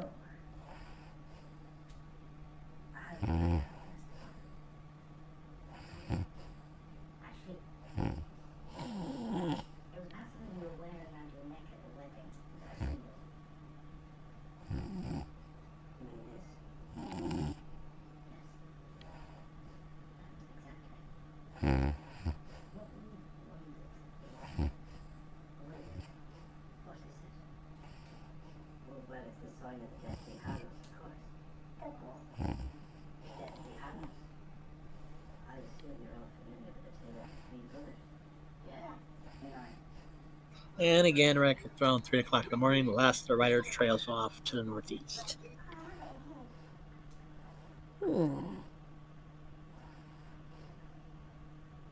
Riders on the storm. There were once three brothers, and traveling along a lonely winding road. Silent. Midnight. Love my second time.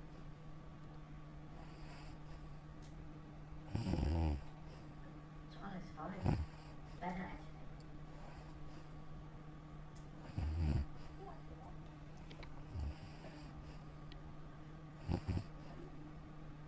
There were once three brothers, who were traveling along a lonely winding road. Twilight. Maybe it should be time that we enlist Casimir's help The brothers with waited, his flying device. but they learned in the magical arts. You can only take about one person. And made a bridge. Before they could cross, however, Well, maybe let's just have him fly straight up and survey the area. Okay. and he felt cheated. Cheated because Travis would only drown in the river. So yeah, he does. And off to the northeast, Congratulate the three brothers on their magic, he notices that there's a battle going on. having been clever enough to evade it. The oldest, Arthur, was more powerful than the second, so Death fashioned him into an elder tree that stood nearby. And that's where the riders are flying to, right? Yes. And asked for the power to recall loved ones And also the same direction that we ran into the ghostly warriors. Yes. offered it to him. So maybe it's ghostly warriors versus riders in the sky. Don't know. Hungry man, he asked for something that would allow him to go forth from that place. Let's see if we can go to the same position we were in at around the time that the riders are flying through the sky and see if we can watch some of the battle. The first brother travelled to a distant village, Okay.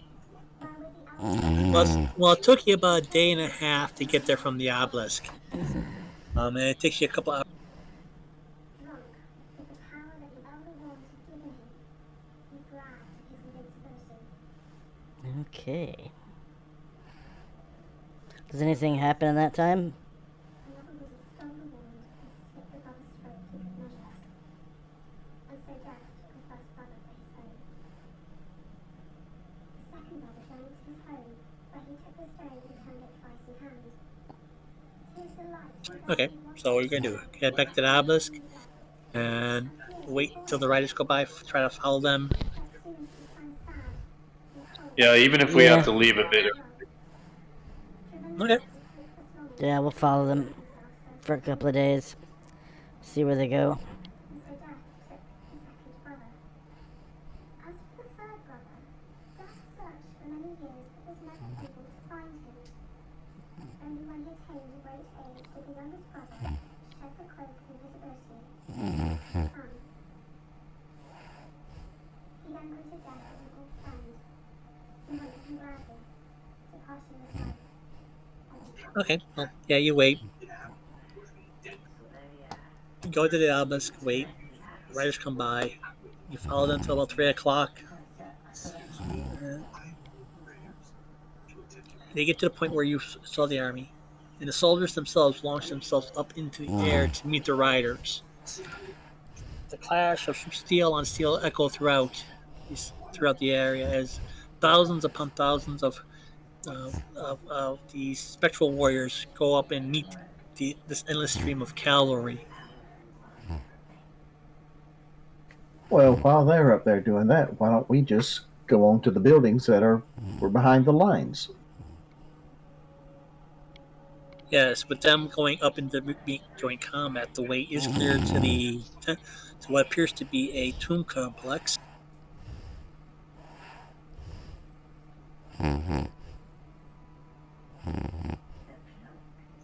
Good idea. Let's run to the tomb complex if we can before they are back.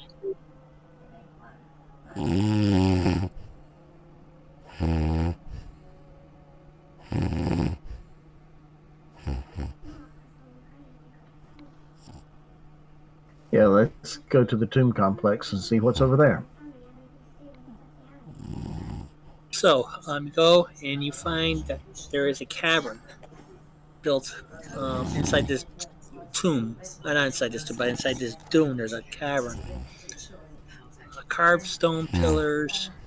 Within the cavern, there's carved stone pillars extend to the ceiling, looking as though they have been fitted into place. The back of the cave is walled off with fitted masonry stone, and double doors of stained metal open into the center.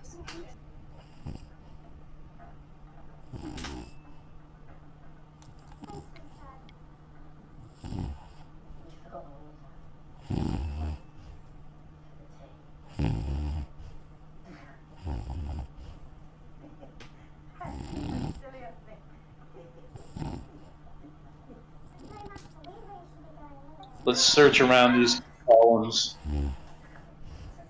Gargar will search around the column. As will Jaskar. Did you say search around the golems?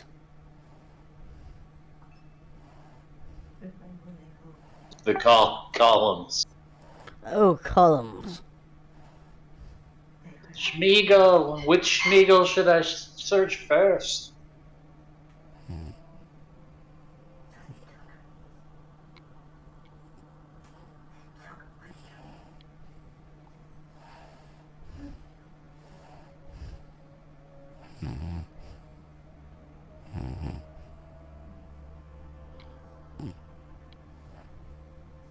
The map has gone very dark on me.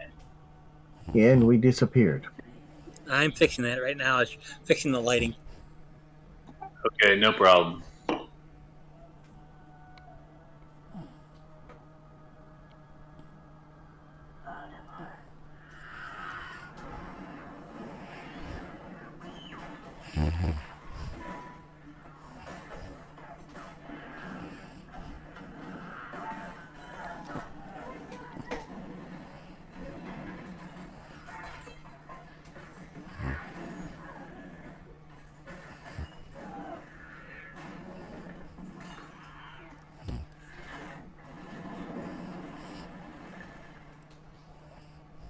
Dargar is convinced there's secret doors in all of these columns.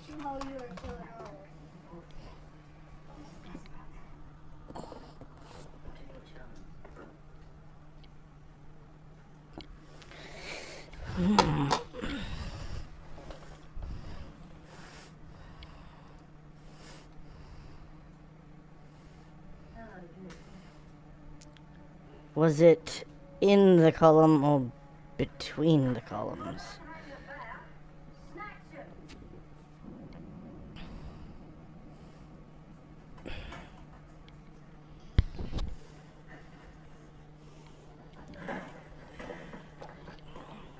Is that a door Yeah, there it's door. or an opening? That is a door.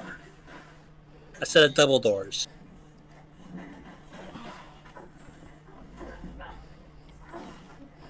Scar will try to open the door. I don't have vision, Mark. I'm working on it. I'm working on Okay. it.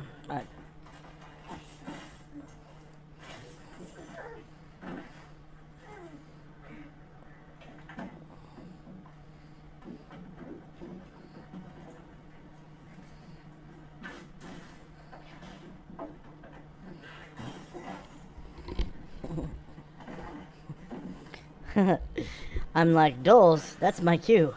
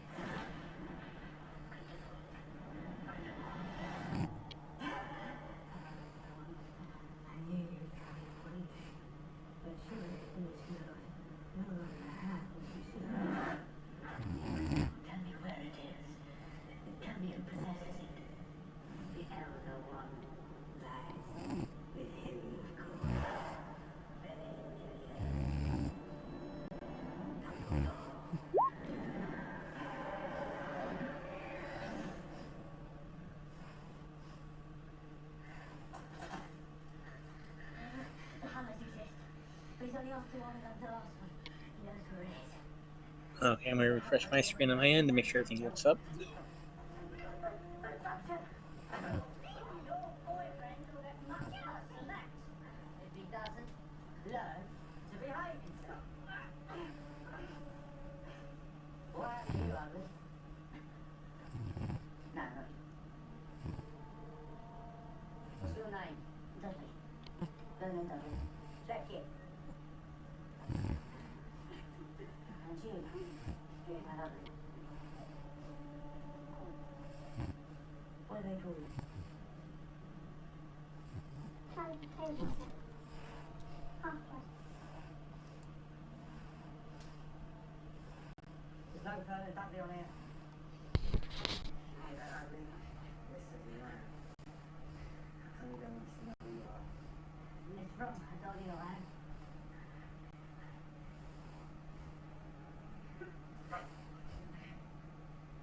Hate when that happens.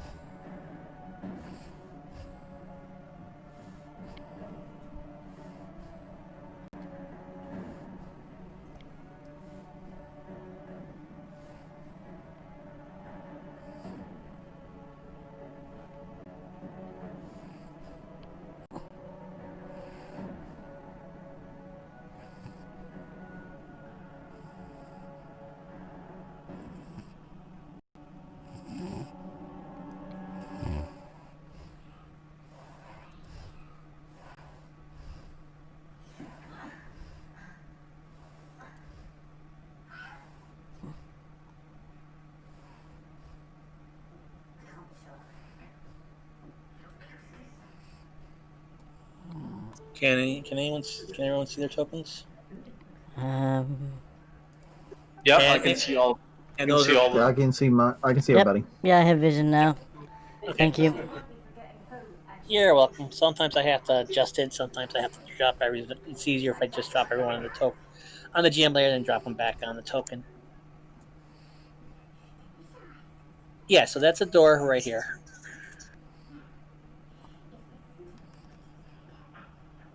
Well, Discard will try to open it.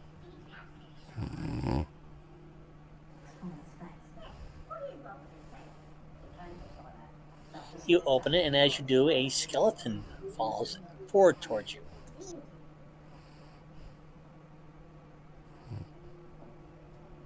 Does it just fall or does it try to attack me? It falls.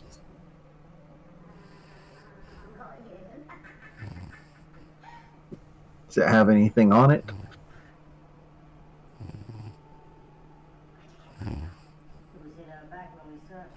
Like any clothing, jewelry, gear? Seems whatever it had. It's got tatters of clothing and stuff on it. It seems to be and on the inside of the door where he was leaning up against there are marks that show that he may have been attempting to claw his way out at one point.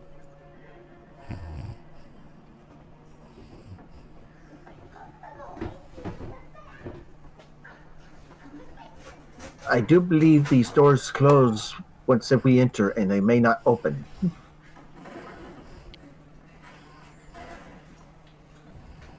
Unless we stick a spike in them or something.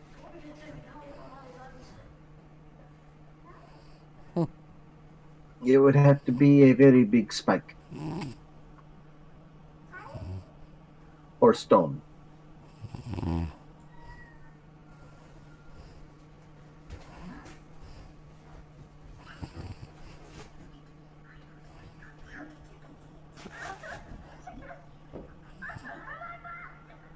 Dorgar will use his detect sliding stonework and see if there's any way to prop the doors open.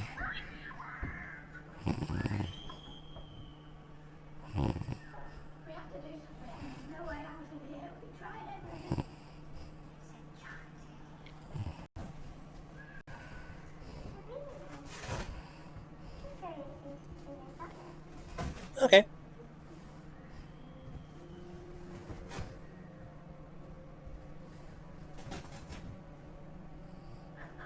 So you think that once we pass through them, they're going to close behind us and not allow us to leave?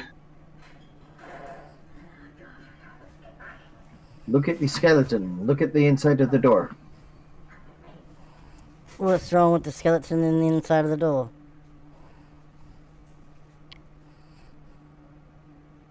It appears he tried to claw his way out.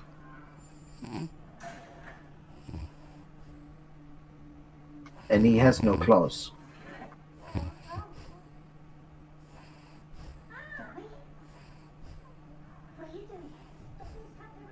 If anyone's got an old shield or something we can use as a wedge, we might be able to keep them open.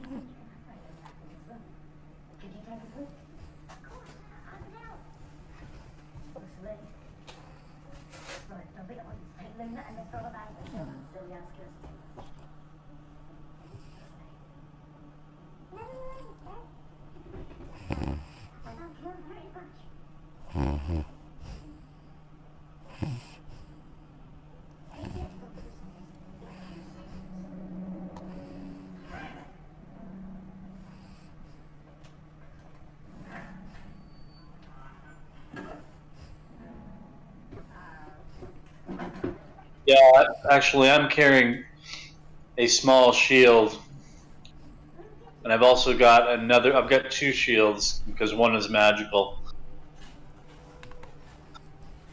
Can I use the small shield to use it as a doorstop? Sure. Okay, we'll do that. One massive doorstop.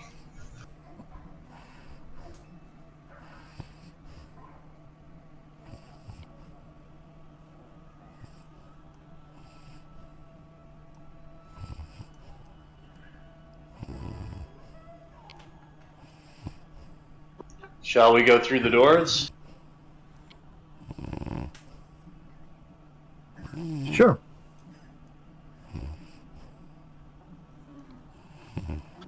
Alright, Dargar will step through the doorway.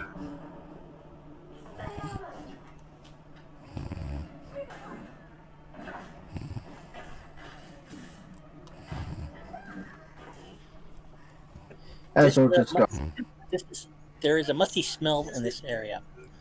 A 10-foot wide hallway runs between large catacomb vaults that rise 30 feet to a flat ceiling. 4 vaults stand on each side of the hallway, with a 10-foot wide space in between. There is an uneasy feeling about this chamber.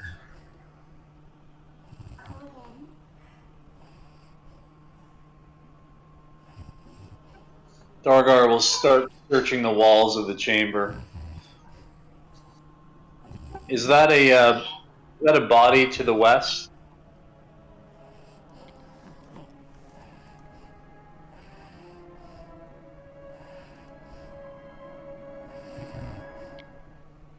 These are nothing but crypt vaults.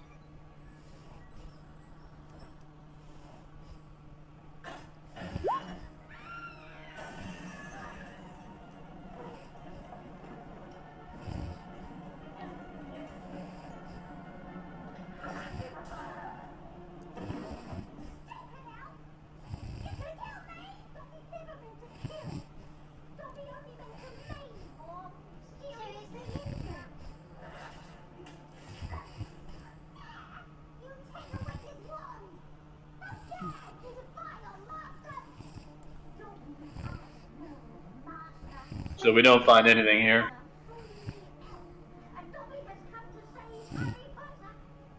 Give me 1 second.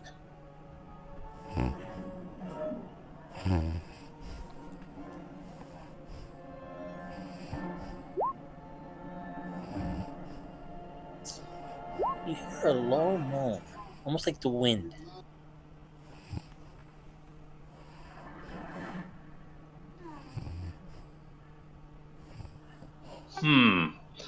Jer, come over here and check this wall. It seems suspicious. You're right. We're all safe. And I want everyone to make a saving throw versus spells. Wisdom bonuses will apply.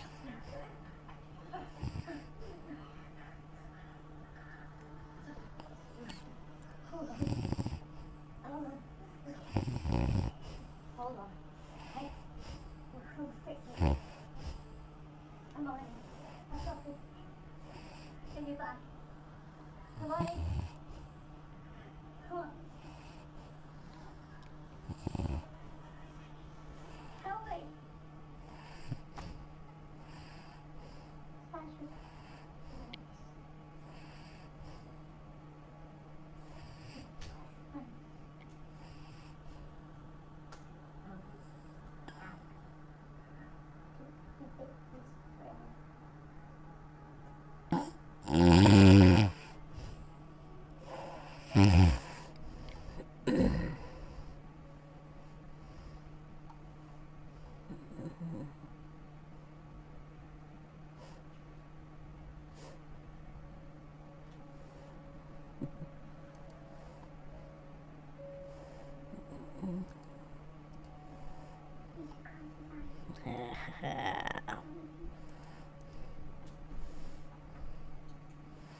No harm, no foul from that skeleton, huh? Nope. Okay. I'm gonna help Dargar search these little nooks. Right, and like I said, you guys start hearing something moaning like the wind, and I need everyone to make a saving throw versus spells. Wisdom bonuses will apply. I was very. Not very. For that matter.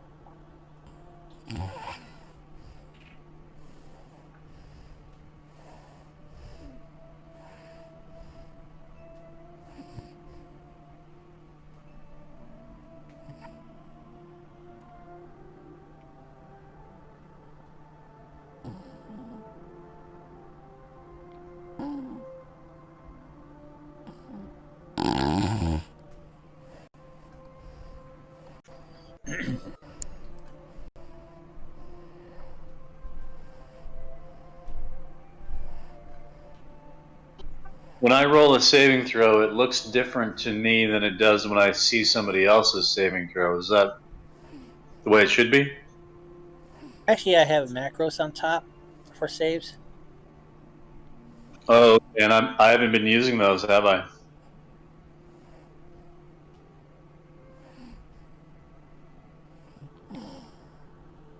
I've been using the little dice beside the saving throw on the character sheet. Yeah.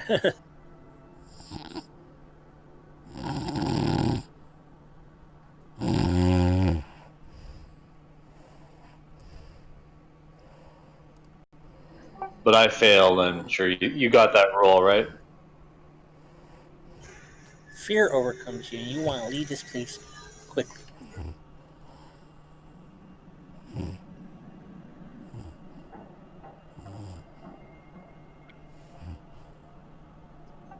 Dargar is going to flee out the door.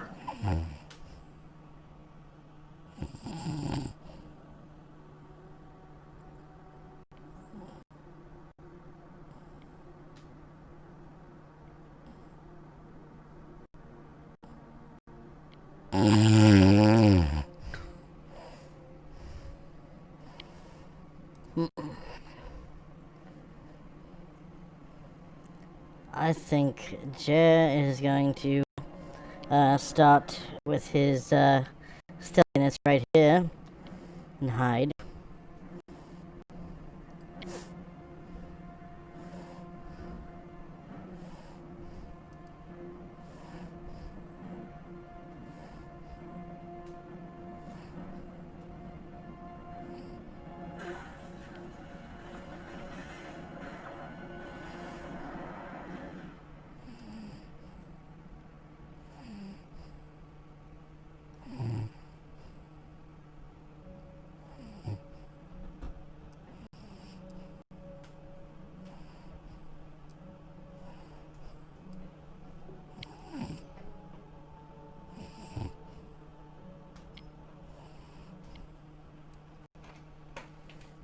So you hide. Yes.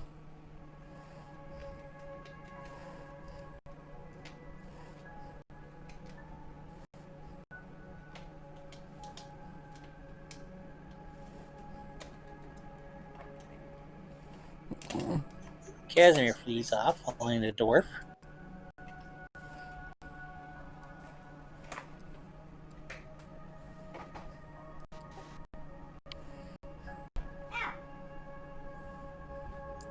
Ariel stays.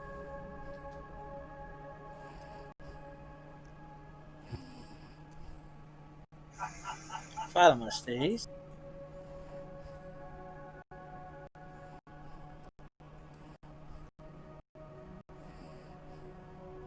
Oh wait, I'm there.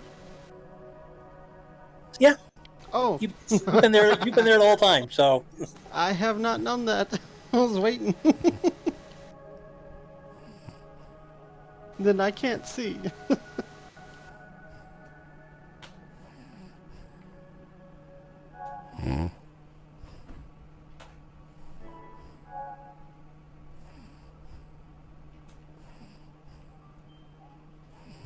this is for Rafflemere.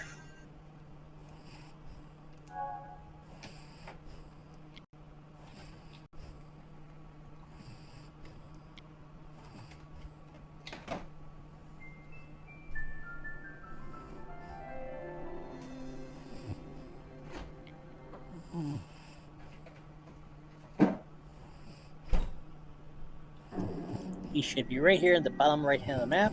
One satellite.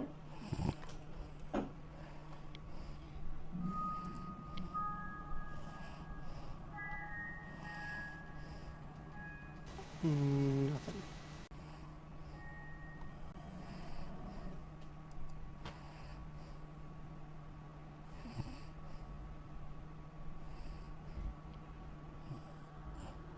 You can't see.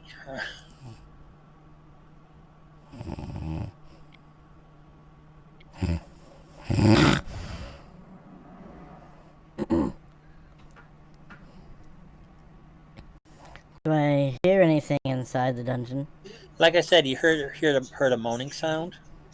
and that's why I had everyone make a saving throw versus spells with their wisdom bonuses.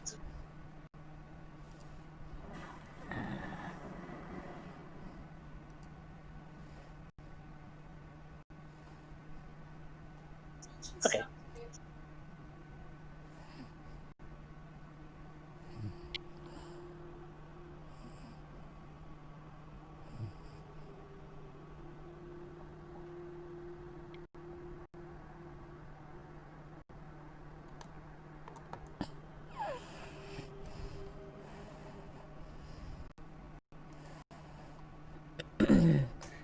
And I pass. So then what happens?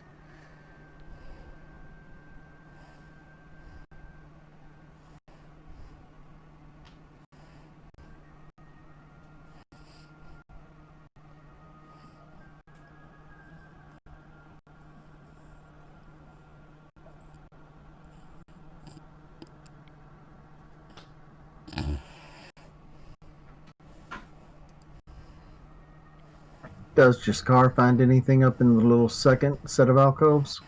Yes, you do. Give me a moment, I'll get that. I'm trying to fix something right now. Okay.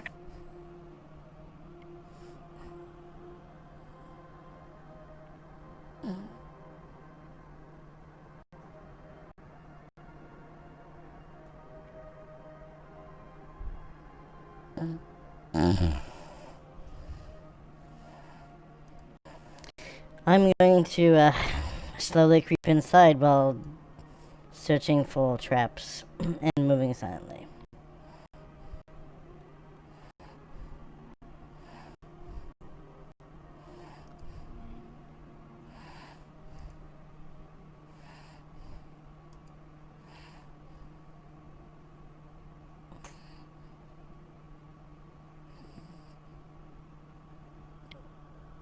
Okay, you should be able to see now.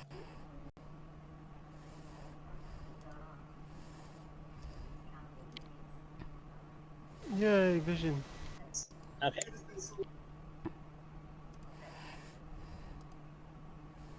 So, back to Jiskar. From the vault on the left-hand side appears an insubstantial figure wearing ancient robes of royal design. It points a finger at you and speaks in a hollow but thunderous voice, saying, "Get thee hence from mine own dominion. None shall look upon her grace and beauty save me alone."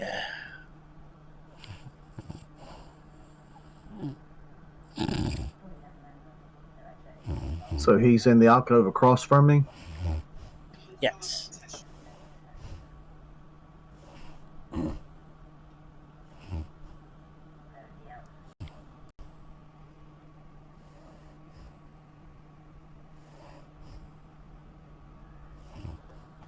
I think I found someone up here. He's insubstantial, almost. Oh, where?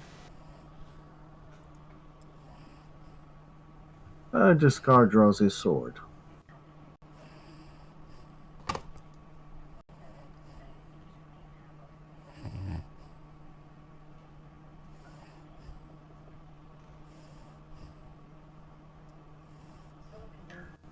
And he says to him, "You will not let us pass?"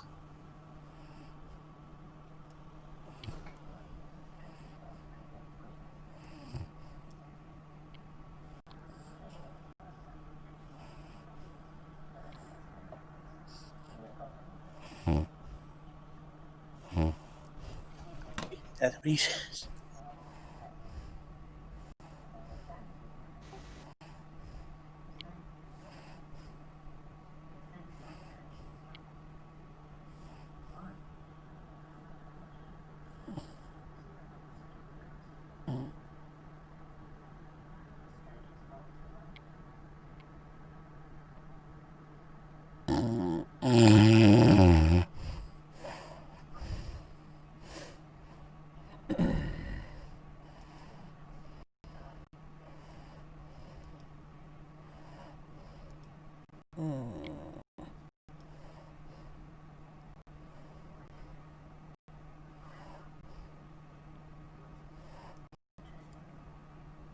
Yeah, it's basically initiative then.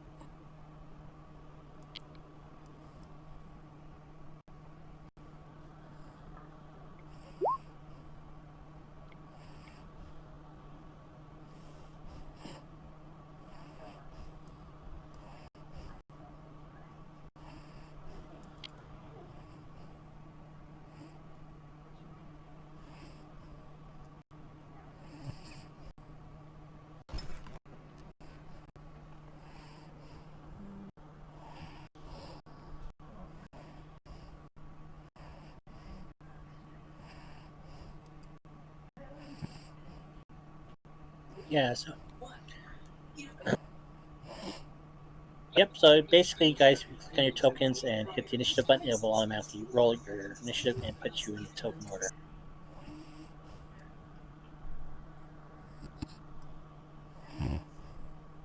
You want it? You'd like initiative from everybody, even those affected by fear?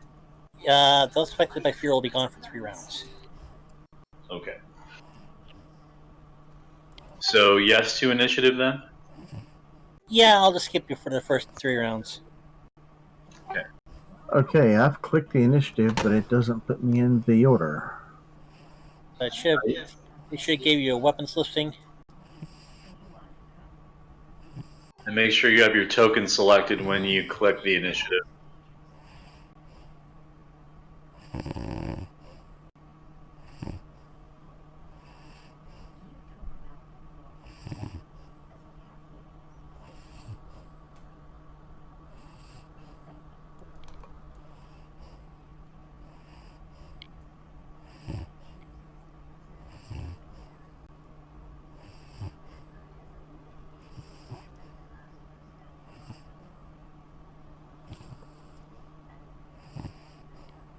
That's the best I can get with a battle axe is a 8.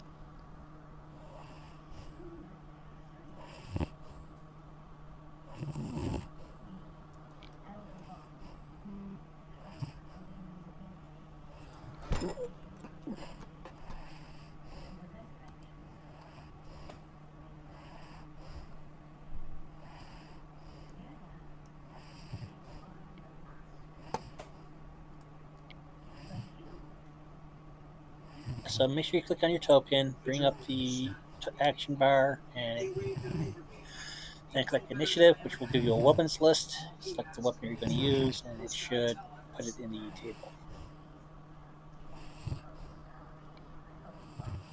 I don't see the initiative bar. Okay, it'll be if you click on your token, it'll be up top left corner of Roll20 screen next to the vertical menu bar.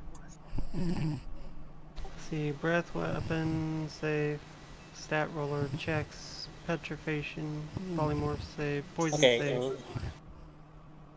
save. okay. One second here. Let me take a look at your character sheet here.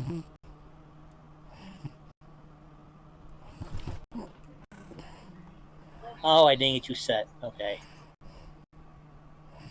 I thought I had him set already. For Rafflemere, all you're going to do is click on the. If you go onto the weapons table on the character sheet, Okay. If I wasn't going to use a weapon now, what you're going to do? turn undead? Okay, then it's a D20 roll plus -2 for your or minus for your reaction adjustment, which will be 0. So just a straight D10 roll. Oh, D10. Yes.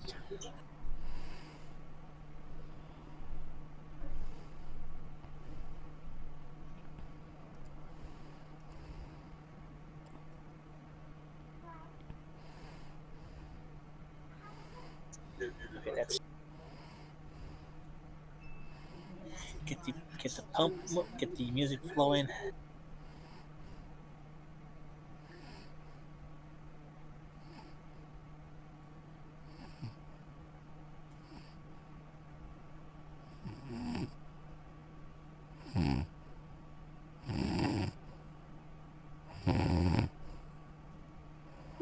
And you're good. You're first. Can So you should have. And okay, so let me do something here quick. Hang on a second. Hang on a second. What's your level? 6. 6 and 5. Okay. Um.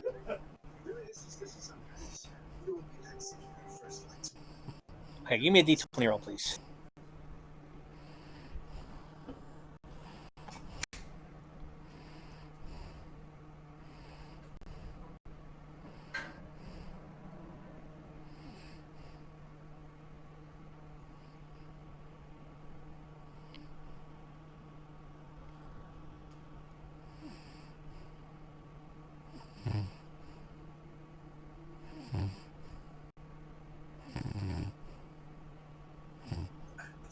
Unfortunately, your turning does not work.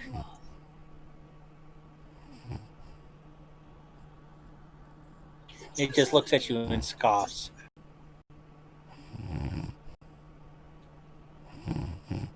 The field leaves it to us to guide you then.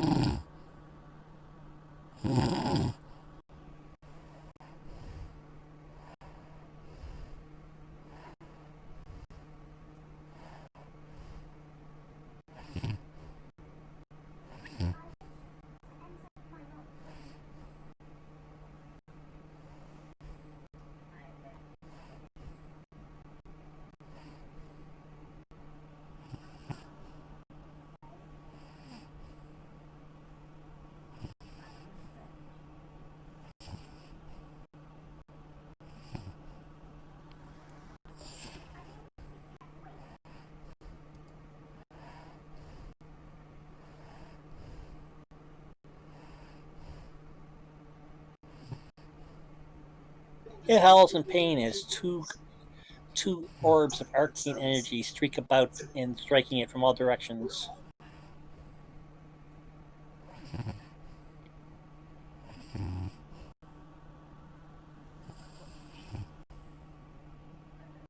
Seeing Jiskar, it will advance and attack.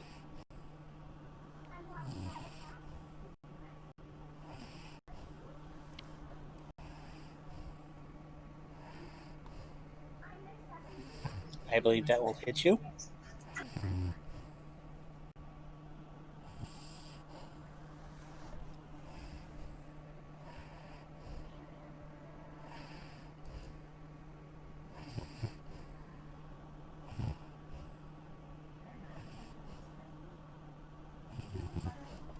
And Jiskar takes 2 points of damage. Okay. Plus, he also, if you read the box underneath it, he loses 2 levels.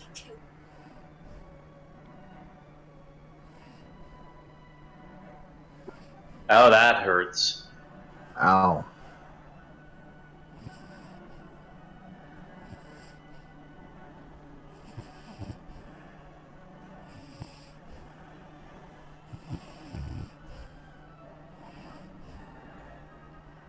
We need Casimir to try to turn this thing. If he wasn't Casimir's in fear. like Dargar, yeah, he's gone.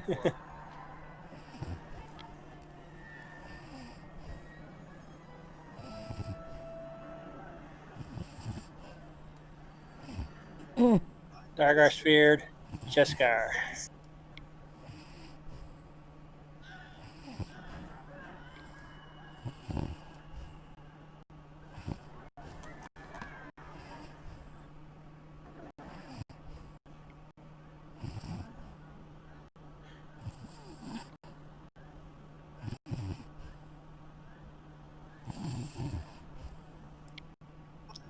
Those are the 2 hit dice worth that you lose.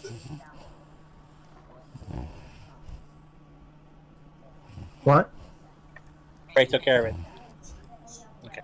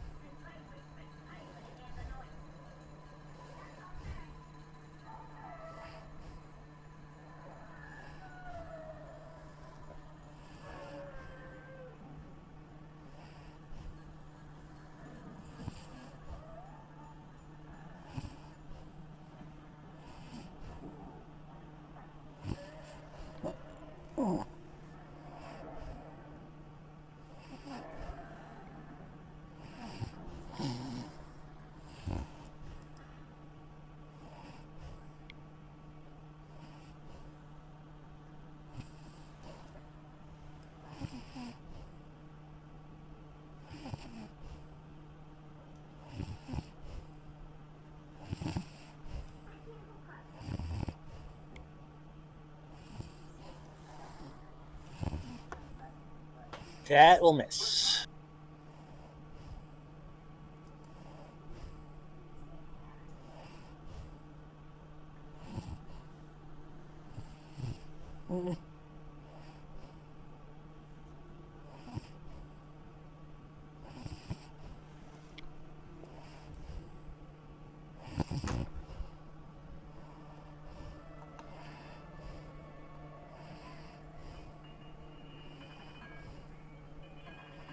Phantom goes attempts to channel the energies of her god and does not work. At the same time, Jer. Okay. I am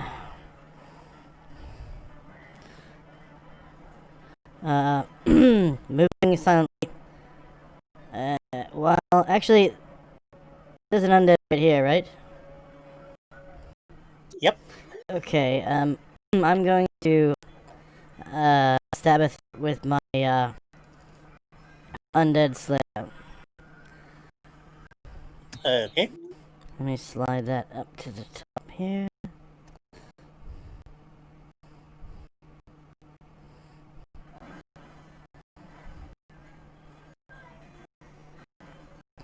Actually, I think I gave that away to someone. Yep, positive.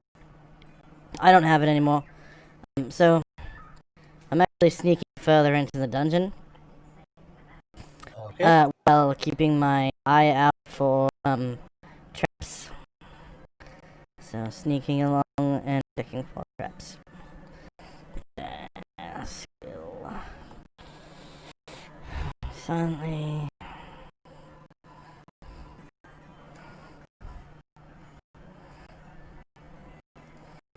And remove traps.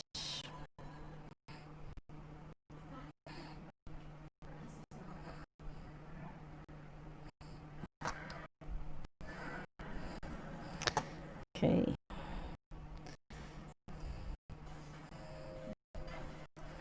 One, two, three, four. Okay, that's it. End of turn. Okay. Top of the round.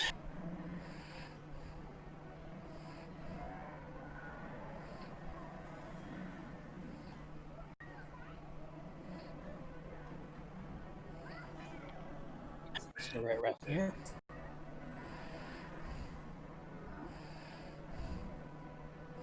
It seems ghostly. Yep.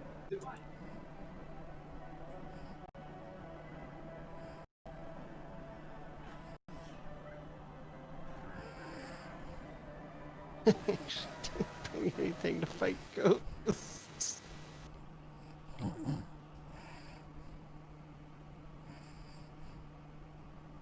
Oh. I guess I'll just...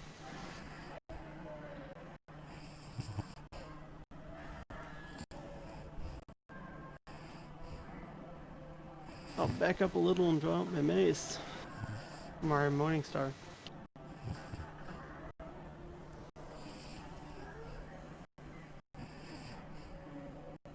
And that'll be all I do.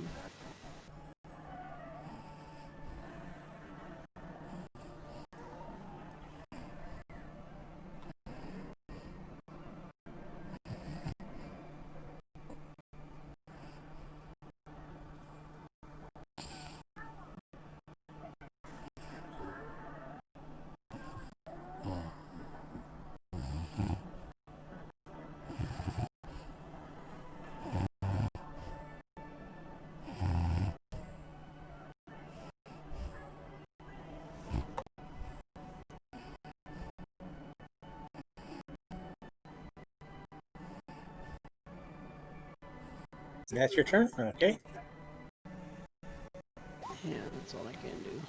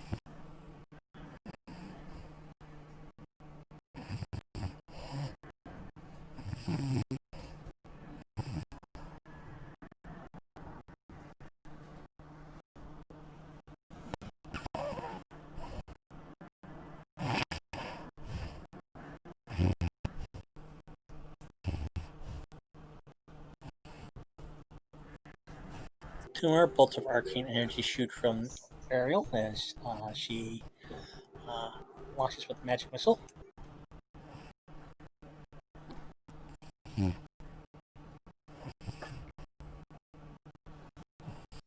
Go, Ariel.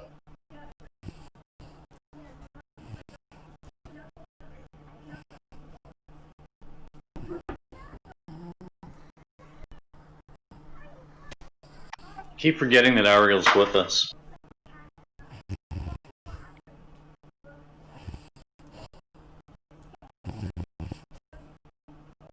Yep, she's there.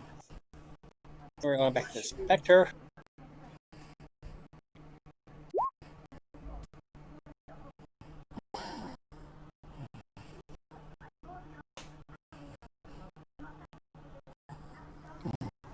And totally misses.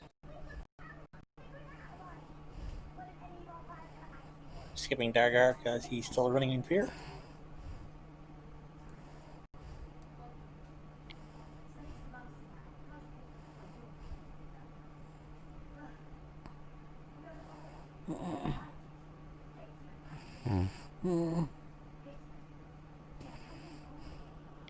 Okay, just Scar. He will try attacking him again.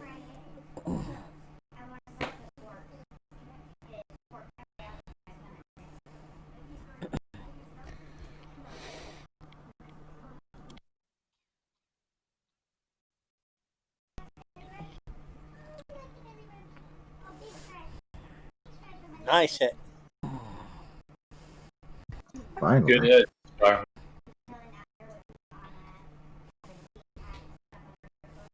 Well done.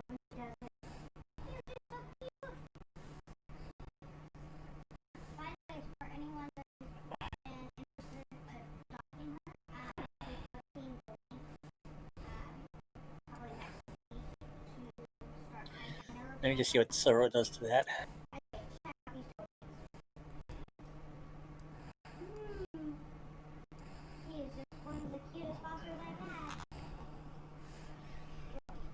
Slovakian. I hope you have a great Friday night. That just says.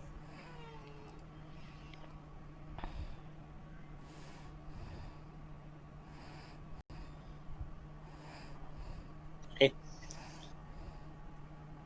So yeah, that does damage.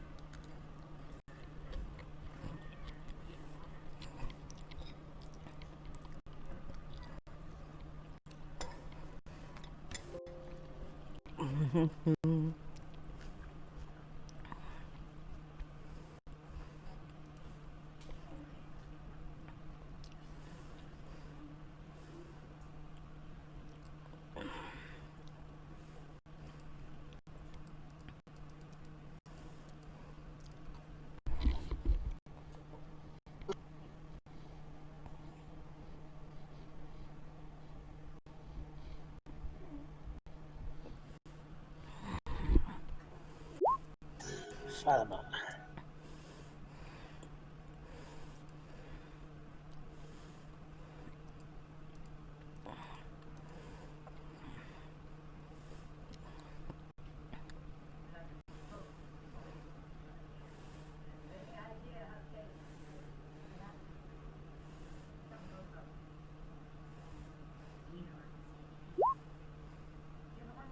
She goes to swing at him and misses.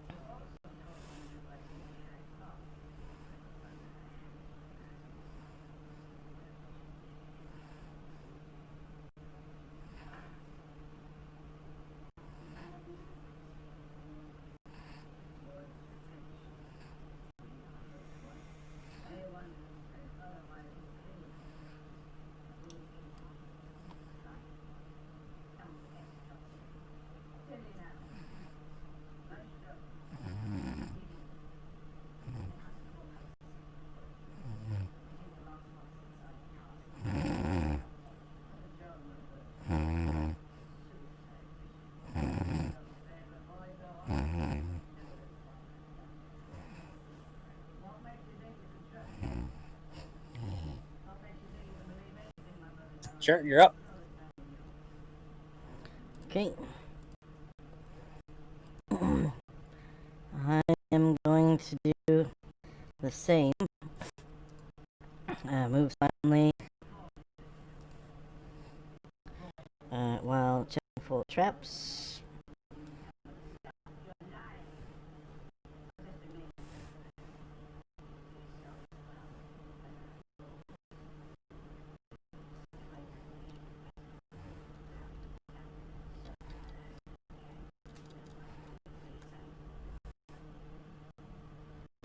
Okay. No traps. 1, 2, 3.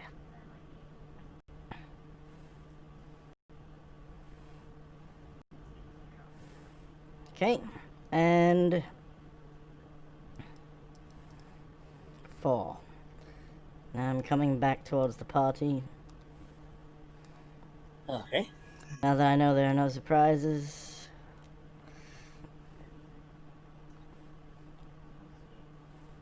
Save the one I know of already.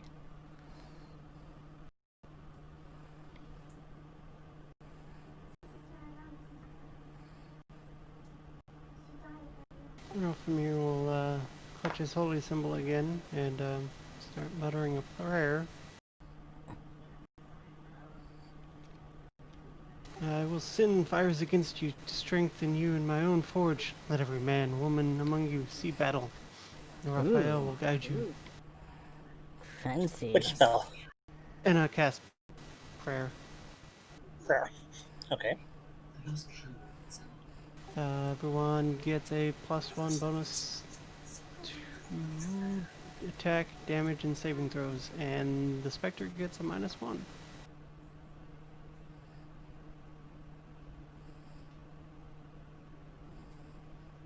Or any other enemies in the 60-foot radius.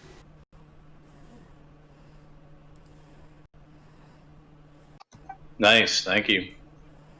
You said that was a +1 for damage and saving throws and attack? And attack, yep. And a -1 to those for the enemies.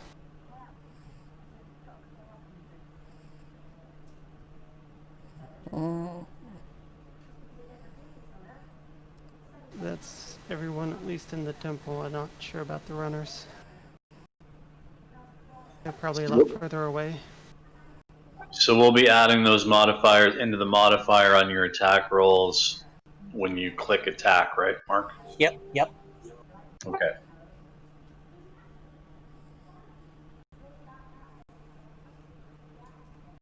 And that's my turn. Is there Okay. any particular symbol you want to use for token marking for Um, prayer? yeah, since he didn't cast Bless, go ahead and use the Halo and Wings. Oh, okay.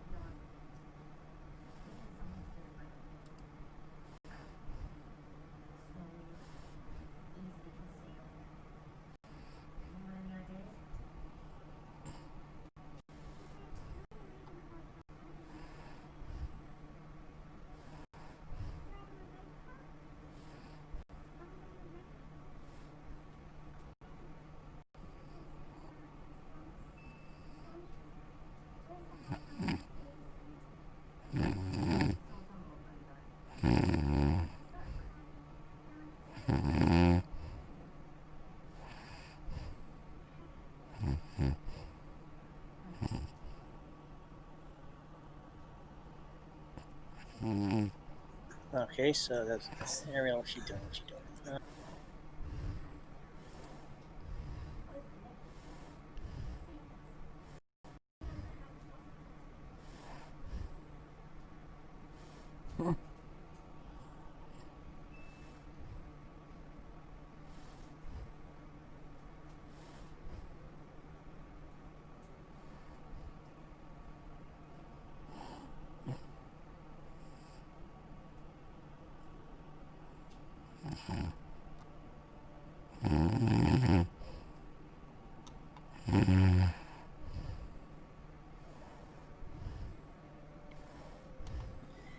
You see Ariel reach out with sparks dancing between her with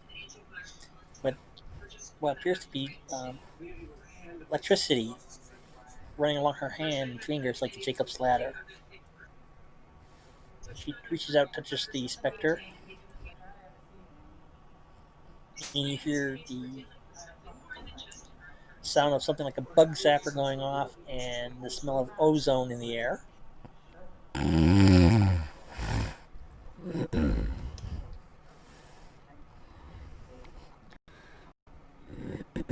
And she fricassees the sucker.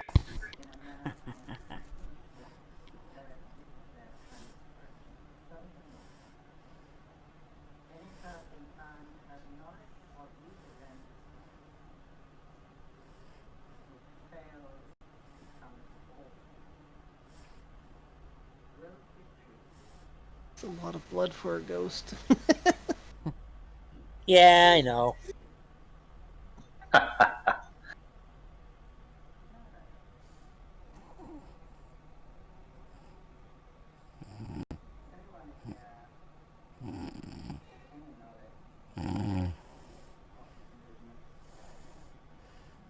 Well done, you guys.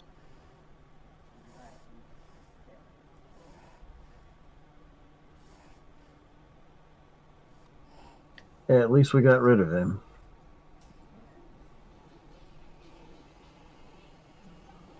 So, Jiskar, how you feeling? We. Hey, Justin. I just did my first live video. Are you injured? I wasn't in front of the camera. She was. Oh, sorry.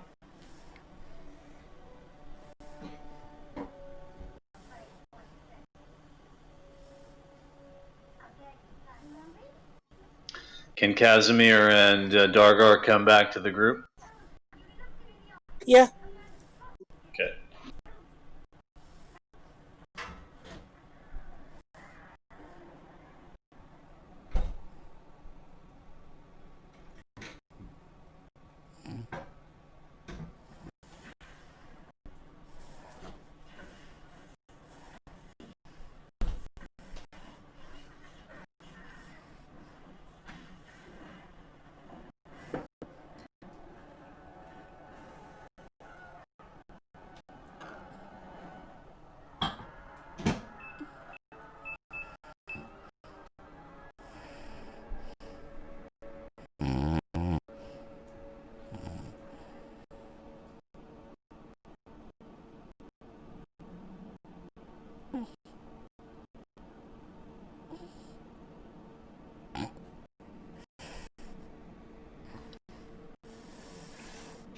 Come, Casimir. Everybody else is inside.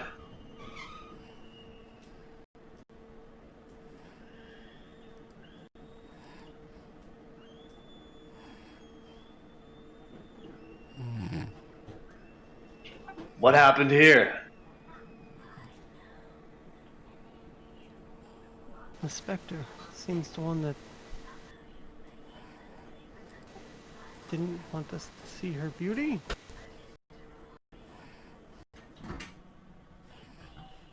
She doesn't look beautiful now.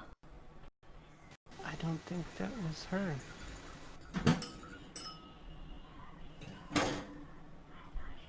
Perhaps the one that stole the lady in the stars away.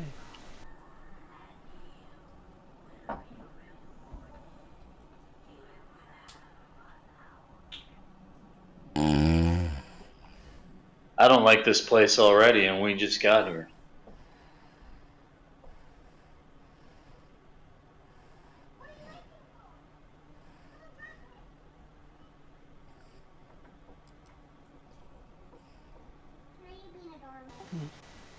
I mean, it is better than in the sunlight.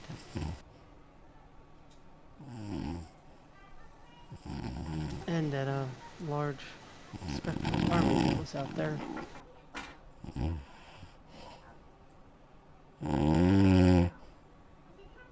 Yeah, spectral armies I can do without.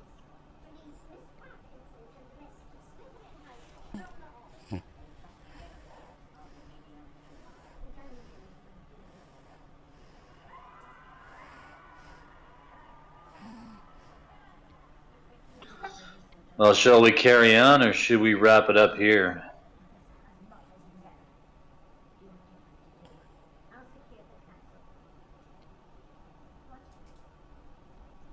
This might be a good break point or stop point since it's almost 10. Yeah, it's That 11 sounds o'clock good. here. And that way I can stock it out and get things ready. All right.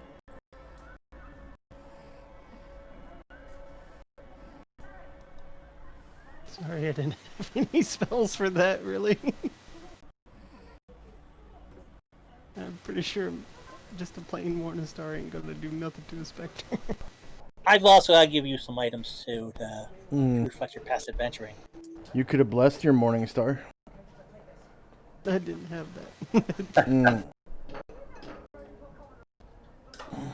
Currently, most of my spells, even the wizardy ones, are for more assisting you guys in combat. Oh, okay. Buffs. Yeah, that's the cool thing about bless spell is it turns any ordinary weapon into +1 magical to hit. Yeah, it's got to be a certain weight limit, though, I believe. Oh, okay. So many pounds per level. Yeah. Really? Like so much weight on the weapon itself? Yeah, the weapon's got to weigh so much per level. Oh Weight wow. of the item is limited to 1 pound per caster level. I am not allowed to bless my morning star. You're not allowed? Not yet. Mm. Not yet. Mm. Yeah, it's the It's limit. too It's 1 heavy. pound per level of a caster that he can bless. It's He's too. only a 6 level. He's only a 6 level cleric. It's too. Oh, one I more didn't. level, right? Because they're 7 pounds. I believe that's the case. No, morning stars are 12 pounds. Oh, Oof. Jesus. You gotta be level 12 to bless a morning star. Holy shit. Man. Mm. You could go after that footman's mace.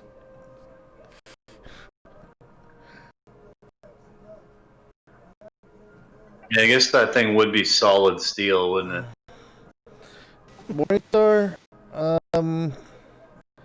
I mean, yeah, just because it's called Morningstar, because then that means it's one of those maces that has spikes on it. They holy water sprinklers. Yeah, like it's a ball with spikes sticking out of it, like in Conan the Destroyer, the basketball player guy, Bombata, played by Oh yeah. I don't remember the name of the basketball player that played him, but Bombata Kareem definitely. Abdul-Jabbar. Yeah, Kareem Abdul-Jabbar. Yeah, he That definitely has wasn't Morning Star. that wasn't a morning star. It I don't spikes know on what it. you can call that weapon. It I don't know what you could sharp call that spikes. weapon. That was But he just definitely a Morning Star because it had sharp spikes. No, Demon King. I'm a player in this game. I'm a player. It's Fire Thief I play in this game. Jer, the world's worst huntsman. Yeah, I know that Eastern. a lot of people confuse the Morning Star and the flail and the mace. They're all Morning Star being a spiked mace. Yep. And a flail being sort of the ball and chain with a spiked ball on the end. Yeah. It could be a spike ball or just another rod. Yeah. Yeah. Yeah. Or anything that had change links in it. Yeah. Or flails. Yeah. Oh, that wasn't it.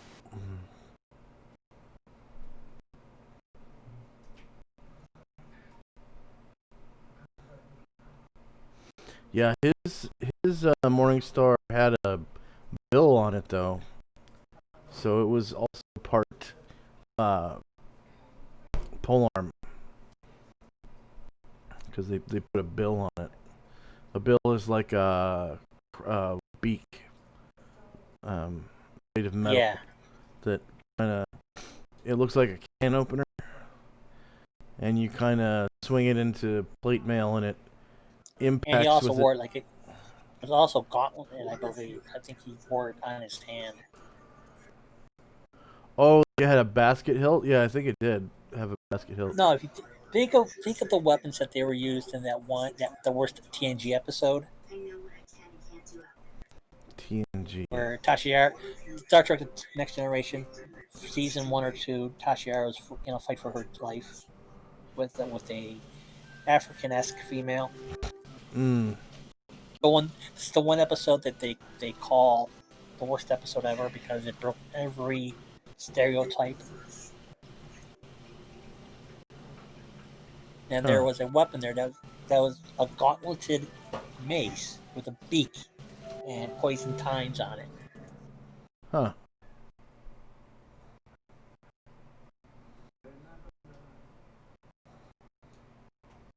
Yeah, those are flails and a mace. Cord.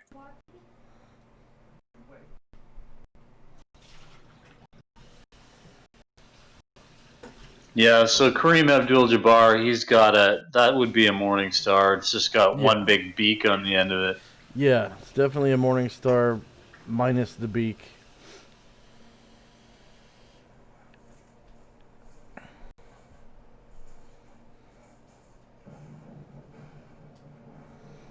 It's the sharp spikes that make it a Morning Star. So you got any kind of heavy head with spikes coming out of it. It could even be like a primitive version of the Morning Star is a baseball bat with nails sticking out of it.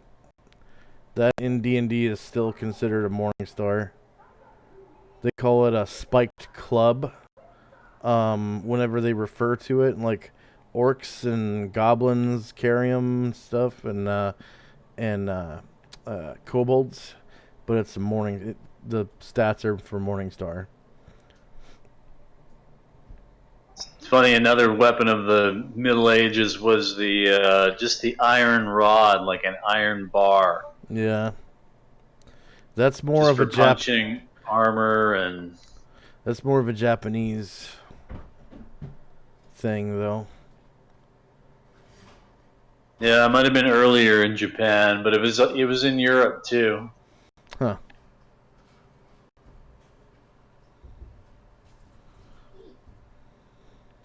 Just basically like a baseball bat of steel. Yeah. The Japanese call that Japanese club. Oh man, I can't remember. Kanabo? Literally metal stick. Yeah, Kanabo.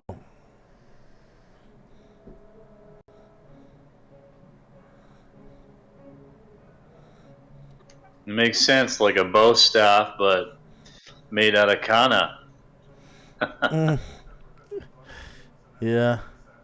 They put little nubbins on it.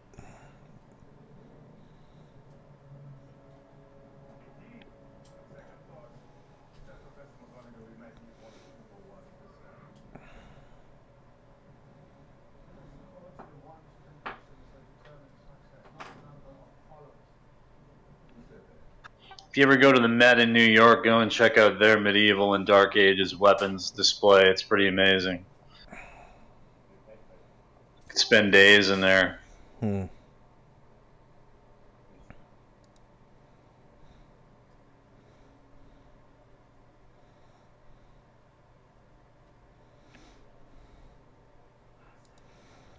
All right. Well, I'll see you guys next week.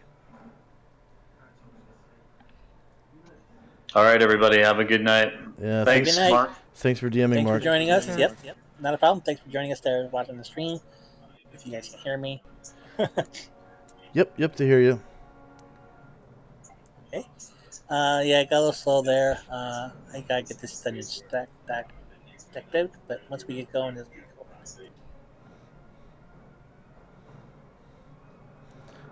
Yep.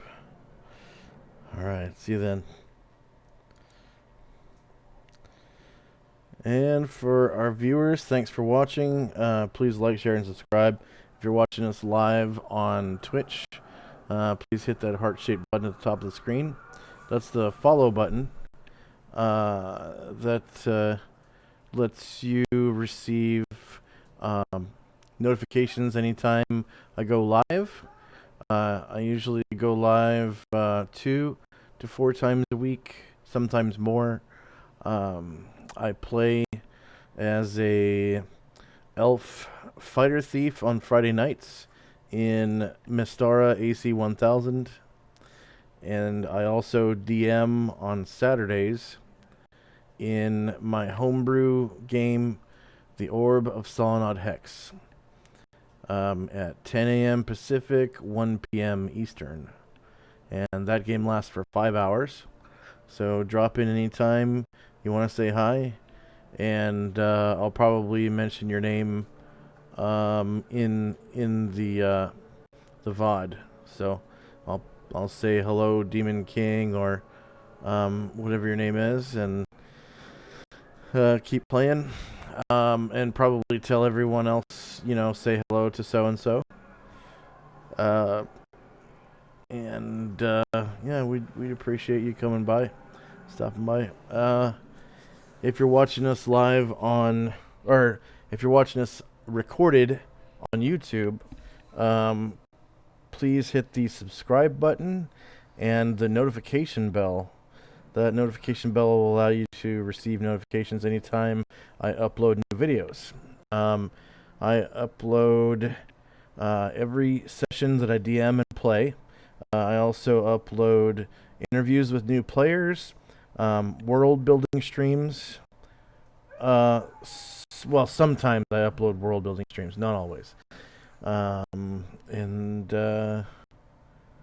that's about it. That's pretty much all I stream is world building, interviews, and game sessions. So sometimes I also stream video games, but not very often anymore. I don't play my PlayStation 4 very much anymore, so that's kind of dying down now that the PlayStation 5 is out. And thanks again for watching, and I hope to see you in the future. Bye-bye, everybody. Oh, also, stay tuned for an interview. I have an interview in the next 10 or 15 minutes with a potential player. So that stream's coming right up. Actually, within the next hour or so, because I kind of want to take a break, too.